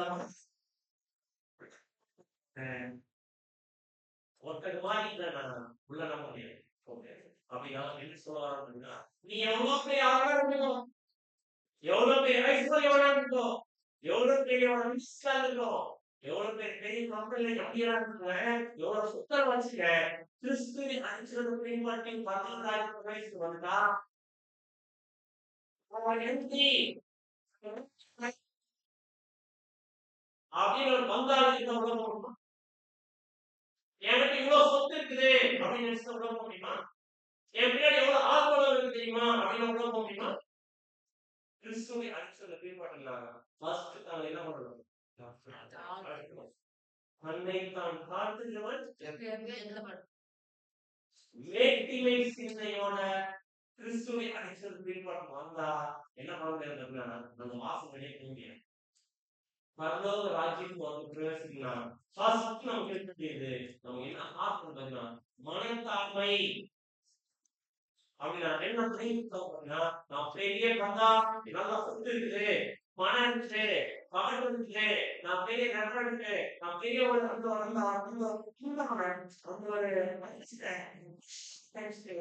அப்படி இருந்தா அழக முடியாது. அன்னைக்குதான் அப்படி நம்ம யாரும் இல்லாத வந்தாமா நம்ம யாராவது இயேசு இல்லாத ஐஸ்வர்யமா எங்க இருந்து வர பரலோகத்தில் இருந்த அவரு நமக்காக மனுஷனாக இருந்திருக்கிறார் போது தன்னைத்தான் தாழ்த்திருக்கிறார் போது அவருடைய அழிச்சுகளை பின்பற்ற நம்ம இந்த உலகத்திற்கு பெரிய பெரிய அந்தஸ்து விடுறது பெரிய லாசம். கிறிஸ்து எழுதியவங்க பெரிய லாசம். பெருசா சாக்ரிஃபைஸ் பண்ணுவோம். கிறிஸ்துடைய அந்த ஒரு சாக்ரிஃபைஸ் அவருடைய அவர் தியாகத்தை கம்பேர் பண்ணும்போது நம்ம இந்த உலகத்துல பண்ண தியாகம் ஒண்ணு இல்லை. நம்ம நினைச்சுக்கலாம் நான் பெரிய ஆளு, நான் பெரிய அந்தஸ்து இருக்கிறேன். இதெல்லாம் கிறிஸ்துவை அழிச்சிருக்கிறது நோ குவாலிஃபிகேஷன். கிறிஸ்து சொன்னார் இது இருக்குதா போய்கிட்டே வேண்டாம். சத்தியத்தை கேட்டு கீழ்படிக்கலாம். ஃபர்ஸ்ட் மனசார்பு வேணும். சத்தியத்தை கேட்கிற காது கேட்கணும். எனக்கு எல்லாம் தெரியும்ல, நான் நிறைய பதில் படிச்சிருக்கிறேன் அப்படின்னு ஒரு மைண்ட் நமக்கு இருந்துச்சுன்னா, எனக்கு எல்லாம் தெரியும் மைண்ட் இருந்துச்சுன்னா கிறிஸ்துவை அழிச்சிருக்க முடியாது. அவருடைய மனத்தாழ்மைங்கிற கேரக்டர் பர்ஃபெக்ட் குவாலிஃபிகேஷன். அங்க வந்து ஒரு ஒட்டகம் சொல்றேன் லுக்கிங் போட்டு மேல எல்லாரும் இவ்வளவு சொத்து சம்பாதிச்சு இருக்கிறாலும் அதெல்லாம் கிறிஸ்துவ நாட்டிலே இல்ல, ஒண்ணுமே இல்ல. பரலோக ராஜ்யத்துக்கு பிரவேசிக்கணும்னா நம்ம 10 கோடி வச்சிருக்கிறோம் இப்படியே போயிடலாம் அப்படின்னு நினைச்சா என்ன பண்ண முடியாது, போக முடியாது. என்ன இருக்கணும், அது எல்லாமே கிறிஸ்துவுக்காக நஷ்டம் குப்பைன்னு நினைக்கணும். கரெக்டா இல்லைங்களா? வேற எனக்கு இவ்வளவு அமௌண்ட் இருக்குது, இவ்வளவு நான் பந்தா இருக்குது, இவ்வளவு ஒரு அந்தஸ்து இருக்கிறேன், எதுவானா இருக்கட்டும், பட் கிறிஸ்துக்காக வரும்போது அது எல்லாத்தையும் தூக்கி எடுத்து வீசுறதுக்கு யாருக்கு ரெடியா இருக்கும் பாத்தீங்கன்னா, நமக்கு ரெடியா இருக்கணும். அப்போஸ்தலன் பவுல் சொன்னார், எல்லாவற்றையும் கிறிஸ்துவுக்காக எல்லாவற்றையும் நஷ்டம் குப்பை. ஏன்னா இது எல்லாம் என்ன பரலோகத்துக்கு கூட்டிட்டு போகாது. கிறிஸ்து எதிர்பார்க்கிற கேரக்டர் காமிச்சாதான் பரலோகத்துக்கு நான் போக முடியும் தெரிஞ்ச அப்போஸ்தலன் பவுல் அவருடைய லைஃபே சாக்ரிஃபைஸ் பண்ணார். இததான் நம்முடைய ஆண்டவராக இயேசு நம்ம காமிச்சார். இப்ப நம்ம என்ன பண்ணோம், இந்த ட்ரூத்தை கேட்க வந்த நம்ம, எனக்கு நிறைய தெரியும், எனக்கு நிறைய படிச்சிருக்கிறேன், என்ன தவிர வேற யாருக்கும் பைபிள் சொல்ல தெரியாது அப்படின்ற தாட் நமக்கு கூடாது. எப்பவுமே கற்றுக்கொள்ளக்கூடிய மனசு, சத்தியத்துக்கு கீழ்ப்படியக்கூடிய இருதயம், மனத்தாழ்மை ஹார்ட் இருந்துச்சுன்னா அவங்கதான் பரலோக ராஜ்யத்தில் பிரவேசிக்க முடியும். இந்த சத்தியம் தெரிஞ்சுக்கணும். சில பேர் என்ன பண்ண வந்தீங்களா, இதுதான் சத்தியம் தெரிஞ்சிடும், ஆனா என்ன பண்ண மாட்டாங்க, கேட்கறதுக்கு மனசு வராது. ஏன்னா அப்படி வந்துட்டா மத்தவங்க நம்மளை பத்தி என்ன நினைப்பாங்க, சொல்றது புரியுதுங்களா? சத்திய வசனம் தெரியாது, சத்தியம் தெரியாது, ஆனா இந்த மாதிரி சத்தியத்தை கேட்க நம்ம வந்துட்டா மத்தவங்க நம்மளை பத்தி என்ன நினைப்பாங்க அப்படின்ற மைண்ட்ல நம்ம இருந்தோம்னா நம்ம பரலோக ராஜ்யத்தை பிரவேசிக்க முடியுமா? பரலோக ராஜ்யத்தை பிரவேசிக்கிறதுக்காக எப்பேற்பட்ட ஒரு தியாகம் பண்றதாலும், எவ்வளவு கீழே இறங்கணும்னா கூட என்ன பண்ணிக்கலாம், நம்ம இறங்கி கிறிஸ்துவோட கேரக்டர் காமிக்கலாம். அந்த ஒட்டகம் எப்படி எல்லாத்தையும் தூக்கி வச்சுட்டு கொஞ்சம் கொஞ்சமா அந்த ஒரு ஊசி வாசல் வழியா உள்ள போச்சோ, இதே மாதிரி நம்ம சத்தியத்தை கேட்டு கேட்டு கேட்டு நம்ம எல்லா விஷயத்தையும் மேட்டிமையான விஷயம் எல்லாம் தூக்கிட்டு மனத்தாழ்மையோட கிறிஸ்துவ பாதத்துல உட்கார்ந்து கற்றுக்கொண்டு ஒவ்வொரு நாளும் கேட்ட சத்தியத்தை கீழ்ப்படிஞ்சு கேரக்டர் காமிச்சுட்டே இருந்தா கண்டிப்பா வலி இருக்கும், காயம் ஏற்படும். கரெக்டா இல்லைங்களா? கிறிஸ்து மாதிரி கேரக்டர் காமிச்சா நம்மள வந்து ஐயோ இந்த மாதிரி கஷ்டப்படுத்தினா இவங்க கிறிஸ்து மாதிரி கேரக்டர் காமிக்கிறாங்க, இதுக்காக கஷ்டப்படுத்தவே கூடாதுன்னு நினைச்சுவாங்களா? என்ன பண்ணுவாங்க, இன்னும் கஷ்டப்படுத்துவாங்க. அப்ப எதாவது காட்டணும், கிறிஸ்து மாதிரி கேரக்டர் காட்டணும். இப்படி காட்டி காட்டி காட்டி நல்லா முதிர்ச்சி அடைகிற ஸ்டேஜுக்கு நம்ம வந்துட்டா எதுக்குள்ள பிரவேசிக்க முடியும், பரலோக ராஜ்யத்தில் பிரவேசிக்க முடியும். அப்படின்னா ஒட்டகம் ஊசின் கால் நுழைய முடியாதா? ஒரு 5 நிமிஷத்துக்கு முன்னாடி நான் சொன்னோம், சத்தியத்தை அறிவீர்கள், சத்தியம் உங்களை விடுதலையாகும். அப்படின்னா பரலோக ராஜ்யத்துடைய சீக்ரெட் இருக்கா? எப்படின்னா பணக்காரனா இருந்தா அந்தஸ்து பந்தா வச்சுக்கிட்டு இருந்தா கிறிஸ்துவோடைய அடிச்சொல்ல பின்பற்றது வர முடியாது, வரலன்னா பரலோக ராஜ்யத்தில் பிரவேசிக்க முடியாது. நம்ம எல்லாருமே மனத்தாழ்மையோட கிறிஸ்துவ அடிச்சொல்ல பின்பற்றினா மட்டும்தான் பரலோக ராஜ்யத்தில் பிரவேசிக்க முடியுமா தவிர மத்த எந்த ஒரு மோசமான கேரக்டர் வச்சு நம்ம என்ன பண்ண முடியாதுன்னா போக முடியாதுன்றத இந்த ஒட்டகம் நமக்கு சொல்லி கொடுக்குது. நம்முடைய ஆண்டவராக இயேசு கிறிஸ்து பாருங்கப்பா, ஒட்டகம் ஊசின் காதல் நுழையத பாருங்க, அதுவே ஈஸியா போயிடும். ஆனா ஐஸ்வர்யவான் தன்னுடைய அந்தஸ்தையும் பந்தாவையும் பகட்டையும் விட்டுட்டு என்ன பண்ண மாட்டான், அவ்வளவு சீக்கிரத்துல வரமாட்டான். ஆனா வர முடியும் எப்பன்னு பாத்தீங்கன்னா தன்னைத்தான் தாழ்த்தினான். சோ நம்ம எல்லாருக்கும் என்ன மனசு இருக்கணும், எப்பவுமே நம்ம எல்லாருமே மனத்தாழ்மைன்ற கேரக்டர் எப்பவுமே அணிஞ்சிட்டு இருக்கணும். அணிஞ்சா கண்டிப்பா என்ன பண்ணலாம் பாத்தீங்கன்னா பரலோக ராஜ்யத்தில் பிரவேசிக்கலாம். இது ஒரு சாம்பிள் பேரபிள். இந்த மாதிரி எத்தனை பேரபிள் இருக்கு? இன்னும் 39 பேரபிள் இருக்குது. அப்படி இந்த ஒரு பேரபிள் இவ்வளவு விஷயம் நமக்கு சொல்லி கொடுக்குதுன்னா இன்னும் மற்ற பேரபிள் எல்லாம் பார்க்கணும்னா அதுக்கு ஒரு வாரம் பத்துமா? பின்னாடி நம்ம பார்க்கலாம், ஒவ்வொரு பேரபிள்ஸ் பின்னாடி வரக்கூடிய நாட்கள்ல. அடுத்தது வந்துருச்சா? ஓகே, இப்ப அடுத்து எந்த டாபிக் உள்ள போறோம்னு பாத்தீங்கன்னா 7வது என்ன அப்படின்னு பாத்தீங்கன்னா காலங்களை மையமாக வைத்து படித்தல். அப்படின்னா காலங்களை மையமாக வைத்து படித்தல் அப்படின்னு பாத்தீங்கன்னா பைபிள் இருக்கிற சில வசனங்கள் சில காலத்துக்கு தான் பொருந்தும், அதை எடுத்து இன்னொரு காலத்துக்கு என்ன பண்ண முடியாது, பொருத்த முடியாது. சொல்ற விஷயம் புரியுதுங்களா? ஒரு காலத்துல சில காலத்தால் பொருந்தும், இன்னொரு காலத்துல அந்த வசனத்தை என்ன பண்ண முடியாதுன்னா பொருத்த முடியாது. அப்படின்னா பைபிள்ல இந்த மாதிரி சில வசனங்களுக்கு அந்த வசனம் வாசிக்கலாம் பாருங்க. 2 பேதுரு 3ஆம் அதிகாரம் 6ஆம் வசனம். 2 பேதுரு 3ஆம் அதிகாரம் 6ஆம் வசனம். அப்பொழுது இருந்த உலகம் ஜலப்பிரளயத்தினாலே அழிந்ததென்பதையும் மனதார அறியாமல் இருக்கிறீர்கள். அப்போது இருந்த உலகம் என்ன ஆயிடுச்சு? ஜலப்பிரளயத்தினால அழிஞ்சிச்சு. அப்படின்னா அப்போது இருந்த உலகம் ஜலப்பிரளயத்தினால் அழிஞ்சிச்சு அப்படின்னா அப்போது இருக்கிற வானமும் பூமியும் ஜலத்தினால் அழிச்சிட்டாரா? அழிச்சிட்டாரா? அதுக்கப்புறம் ஒரு ரெண்டாவது மறுபடியும் இன்னொரு வானம் இன்னொரு பூமி ரெடி பண்ணி மறுபடியும் அடுத்து ஒரு யுகத்துக்கு ரெடி பண்ணி வச்சிருக்கிறாரா? அடுத்த வசனம் வாசிக்கலாம் பாருங்க. 2 பேர் 3ஆம் அதிகாரம் 7ஆம் வசனம். 7ஆம் வசனம். இப்பொழுது இருக்கிற வானங்களும் பூமியும் அந்த வார்த்தையினாலேயே அக்கினிக்கு இரையாக வைக்கப்பட்டு தேவ பக்தி இல்லாதவர்கள் நியாயம் தீர்க்கப்பட்டு அழிந்து போகும் நாள் வரைக்கும் காக்கப்பட்டிருக்கிறது. இப்ப இருக்கிற வானமும் பூமியும் என்ன பண்ண போதாம இன்னும் கொஞ்ச நாள்ல அழிய போகுதுன்னு சொல்லி இருக்குது. அப்படின்னா இப்ப இருக்கிற வானமும் பூமியும் அழிஞ்சிச்சுன்னா அடுத்தது 3வது இன்னொரு வசனம் வாசிக்கலாம். 2 பேர் 3ஆம் அதிகாரம் 13ஆம் வசனம். 13ஆம் வசனம். அவருடைய வாக்கு தத்துவத்தின்படியே நீதி வாசமாயிருக்கும் புதிய வானங்களும் புதிய பூமியும் உண்டாகும் என்றும். அவருடைய வாக்கு தத்துவத்தின்படியே நீதி வாசமா இருக்கிற புதிய வானம் புதிய பூமி உண்டாயிருக்கு. அப்படின்னா இந்த 3 வசனத்துல எத்தனை உலகம் இருக்கு?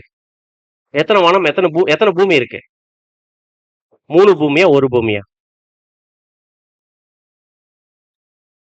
அப்போது இருக்கிற வானம் அப்போது இருக்க பூமி ஜலப்பிரளயம் ஆயிடுச்சு, அழிஞ்சிச்சு. இப்ப இருக்கிற வானம் பூமி என்ன பண்ணப்பட்டிருக்கு? அழிய போகுது.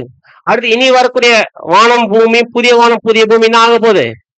உண்டாக போகுது. அப்படின்னா எத்தனை வானம் எத்தனை பூமின்னு கேட்கிறேன். 3 வானம் 3 பூமி. அப்போ ஃபர்ஸ்ட் வானத்தையும் பூமியும் ஜலப்பிரளயம் அழிச்சிட்டு அது ஒரு புது வானம் புது பூமி படைச்சு அதை அழிச்சிட்டு மறுபடியும் இன்னொரு புது வானம் புது பூமி படைக்க போறாரா? அப்படின்னா இன்னொரு வசனம் வாசிக்கலாம் பாருங்க. பிரசங்கி 1ஆம் அதிகாரம் 4ஆம் வசனம். பிரசங்கி 1ஆம் அதிகாரம் 4ஆம் வசனம். ஒரு சந்ததி போகிறது மறு சந்ததி வருகிறது, பூமியோ என்றைக்கும் நிலைத்திருக்கிறது. இந்த வசனம் எத்தனை பூமின்னு தான் சொல்லுது? ஒரே பூமி. இந்த ஒரே பூமியில ஒரு சந்ததி போகிறது மறு சந்ததி வருகிறது. அப்படின்னா எத்தனை பூமி தான்? ஒரே பூமி தான். அப்ப முன்னாடி படிச்ச வசனங்கள் 3 பூமி உருவாகிற மாதிரி சொல்லிருக்குதே. அப்படின்னா 3 பூமி இல்ல, ஒரே பூமி தான். இப்ப நம்ம இருக்கிற அதே பூமி தான். இந்த பூமியில ஒரு சந்ததி அழிஞ்சிச்சு. எதனால? ஜலப்பிரளயத்தினால. வசனம் பார்த்தீங்களா பேதுருல? இதே பூமியில ஒரு சந்ததி அழிஞ்சிச்சு. எதனால? ஜலப்பிரளயத்தினால. இதே பூமியில தான் ஜலப்பிரளயத்துக்கு அப்புறம் வாழ்ந்துருக்கிறோம் எல்லாம். கரெக்டாங்களா? இதே பூமி இன்னும் கொஞ்ச நாள் ஆக போகுது, அழிப்போகுதுன்னா பூமி அழிப்போதா? இல்ல. எது அழிப்போகுது? இந்த பூமியில இருக்கிற ஜனங்கள், இந்த பூமியில இருக்கிற அமைப்பு அழிப்போகுது. அதுக்கப்புறம் வரப்போகுது இதே பூமியில புதிய வானம் புதிய பூமி. அப்படின்னு அர்த்தம் புதுசா பூமி வானம் படைக்க போறாரா? இல்ல. இதே பூமி எப்படி மாறப்போகுதுன்னு பாத்தீங்கன்னா புதுசா மாறப்போகுது. இந்த புதிய வானம் புதிய பூமி, அதாவது நீதி வாசமா இருக்கிற புதிய வானம் புதிய பூமி உண்டாகும் என்று காத்திருக்கும்னா இது யாருடைய ராஜ்யம்? நம்முடைய ஆண்டவராகி இயேசு கிறிஸ்துவின் ராஜ்யம். எங்க வரப்போகுது? இதே பூமியில வரப்போகுது. ஆனா இதே பூமியில வரும். ஆனா இப்ப இருக்கிற ஆளுகை இருக்காது, இப்ப இருக்க கண்டிஷன் இருக்காது. அது எப்படி இருக்குமா? புதுசா இருக்கும். அப்படின்னு அர்த்தம் இதே பூமியில தான் வரக்கூடிய ஜனங்கள் எப்படி இருப்பாங்க பாத்தீங்கன்னா நீதி வாசமா இருக்கிற புதிய வானம் புதிய பூமியா இருக்கும். அப்படின்னு அர்த்தம் பாத்தீங்கன்னா இப்ப இருக்கிற செட்டப்ல என்ன இல்ல, இப்ப நம்ம வாழ்ந்துக்கிற இடத்துல நீதி இருக்குதா? அநீதியா இருக்குது. கரெக்டா இல்லைங்களா? ஆனா கிறிஸ்துடைய ராஜ்யம் வரும்போது அங்க என்னதான் இருக்கும்? நீதியான ஒரு அரசாட்சி, நீதியான ஒரு ஆளுகை இருக்கும். கரெக்டா இல்லைங்களா? அப்படின்னா 3 வானம் 3 பூமி இல்ல, ஒரே பூமி தான். இந்த பூமியில 3 காலப்பகுதியை பிரிக்கிறார் இந்த 3 வசனத்துல. கரெக்டா இல்லைங்களா? இந்த ஒரே பூமி தான் இந்த பூமியில வரக்கூடிய ஜனங்களை 3 காலப்பகுதிகளை பிரிக்கிறார். இந்த காலப்பகுதி தான் எப்படி சொல்லணும் வசனம்? அப்போது இருக்கிற ஜனங்கள் எதுல அழிஞ்சிட்டாங்க? இந்த பூமியில முதல் வாழ்ந்துட்டு இருந்த காலப்பகுதியில் வாழ்ந்த ஜனங்கள் எதுல அழிச்சிட்டாரு? ஜலப்பிரளயத்தினால அழிச்சிட்டாரு. அதுக்கப்புறம் ஜெனரேஷன் வருது. வந்த ஜெனரேஷன் இப்ப நம்ம எல்லாரும் அப்படியே வாழ்ந்துட்டு இருக்கோம் இதே பூமியில. இந்த ஜெனரேஷன் ஆக போகுது, மொத்தமா அழிக்க போறாரு. அழிச்சதுக்கு அப்புறமா என்ன ஆக போகுது? கிறிஸ்துடைய ராஜ்யம் இந்த பூமியில வரும்போது என்ன அவங்க செத்துட்டு இருக்கிறோம் எல்லாருமே உயிர் தெரிந்து வரப்போறாங்க. இதெல்லாம் எதுல நடக்க போகுதுன்னா இதே பூமியில தான் நடக்க போகுது. ஆனா 3 காலப்பகுதிகள் வேற. கரெக்டா இல்லைங்களா? வேற. இதுதான் தேவனுடைய தெய்வீக திட்டத்துல பிரிச்சு வச்சிருக்கிறார். எப்படி பிரிச்சு வச்சிருக்காருன்னு பாத்தீங்கன்னா 3 உலகங்கள் அப்படின்னு சொல்லலாம். 3 உலகங்கள்னா எப்படி இல்லைன்னு பாத்தீங்கன்னா தனித்தனி உலகம் இல்ல, 3 காலப்பகுதிகள். அப்படின்னா அப்போது இருந்த உலகம் ஜலப்பிரளயத்தினால அழிஞ்சிச்சு அப்படின்னு இல்லைங்களா? அது எந்த உலகம்? யாருடைய காலப்பகுதி ஜலப்பிரளயம் வந்துச்சு? நோவாவுடைய காலப்பகுதியில. அப்படின்னா நோவாவுடைய காலப்பகுதி ஜலப்பிரளயம் வந்து அழிச்சிட்டாருல, அதுக்கு பேர் வசனம் சொல்லுது அப்போது இருந்த உலகம். அப்படின்னா அந்த அந்த இதே பூமியில ஒரு குறிப்பிட்ட காலப்பகுதியில் இருக்க ஜனங்கள் அழிச்சிட்டாரு. அப்ப அந்த ஜனங்களை யார் மூலமா வந்தாங்க? இந்த பூமியில யார் மூலமா மனுஷர்கள் வந்தாங்க? ஆதாம் மூலமா வந்தாங்க. கரெக்டா இல்லைங்களா? அப்படின்னா அப்போது இருந்த உலகம் அப்படின்றது முதல் உலகம். கரெக்டா இல்லைங்களா?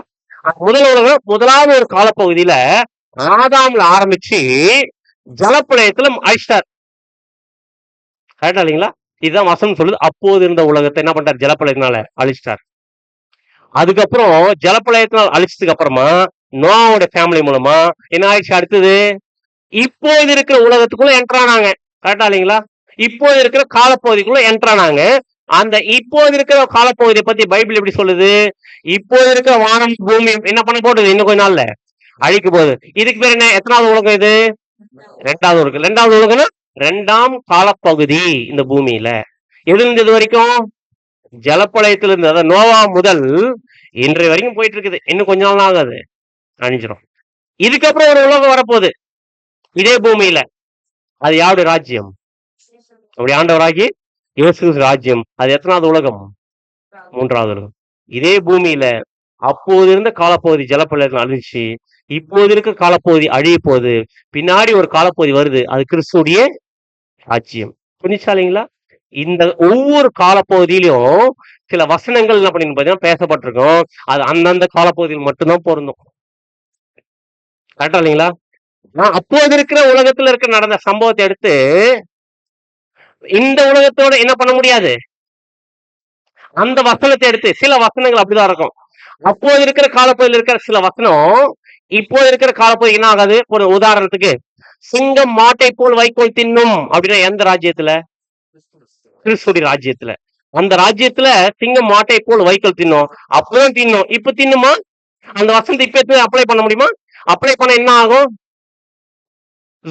ஜூல போயிட்டு சிங்கத்துக்கிட்ட வசனம் சொல்லிச்சு, நீ மாட்டை போ வைக்கோல் தின்னு எடுத்து கொடுத்தா என்ன பண்ணும் சிங்கம்? புல் இருக்கும். யாரும் இருக்க மாட்டோம், நம்ம இருக்க மாட்டோம். அப்படின்னா அந்த வசனத்தை இப்ப என்ன பண்ண முடியாது, கொடுக்க முடியாது. அப்புறம் அந்த காலப்பகுதிக்குரிய வசனம் அது. அப்படின்னா இந்த 3 உலகங்கள் அப்படிங்கிற தலைப்புல என்ன பண்ண போறோம் பாத்தீங்கன்னா, அடுத்த வாரம் என்ன பண்ண போறோம், நம்ம பார்க்க போறோம். அப்படின்னா இப்ப நம்மளோட கேள்வியோட இந்த ஒரு பாடத்தை நம்ம முடிக்கலாம். என்ன கேள்வின்னு பாத்தீங்கன்னா, அப்போது இருக்கிற உலகம் ஃபர்ஸ்ட் வேர்ல்ட எதனால் அழிச்சிட்டாரு? ஜலப்பிரளயத்தினால் அழிச்சிட்டாரு. இப்ப நம்முடைய கேள்வி, முதலாம் உலகத்தை, அப்போது இருந்த உலகத்தை ஏன் கர்த்தர் ஜலப்பிரளயத்தினால் அழிச்சிட்டார்?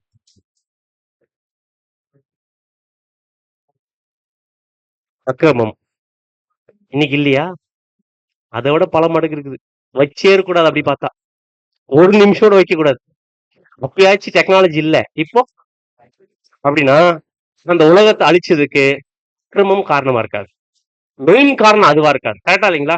அப்படின்னா அங்க நோவோட டைமிங்ல ஜலப்பிரளயத்தின் மூலமா அந்த உலகத்தை, அந்த அந்த ஒரு காலப்பகுதியில் இருக்க ஜனங்களை அழிச்சதுக்கான காரணம் என்ன அப்படி என்பதை குறிச்சு தேவன சித்தமா இருந்தால் அடுத்த வாரம் பார்க்கலாம். என்ன வந்துருச்சு இப்போ? வந்துருச்சா? இப்ப என்ன பண்ணோம்? அடுத்த வாரம் இதனுடைய பதிலை நாம் பார்க்கலாம். புள்ளவன் எவனோ அவனுக்கு கொடுக்கப்பட்ட வசந்த பிரகாரம் அடுத்த வாரம் இதனுடைய பதிலை நாம் பார்த்து அதனுடைய சத்தியத்தை தெரிந்து கொண்டு நாம் இன்னும் அதிகமாக சத்தியத்தில் வளர நம்ம தேவன் கிருபை செய்வாராக. இப்படிப்பட்ட ஒரு வாய்ப்பை நமக்கு ஏற்படுத்தி கொடுத்த நம்முடைய ஆண்டவராக இயேசு கிறிஸ்துவுக்கு நம் நன்றிகளையும் சோத்திரத்தை நாம் எடுத்துக்கொள்வோம். ஆமென்.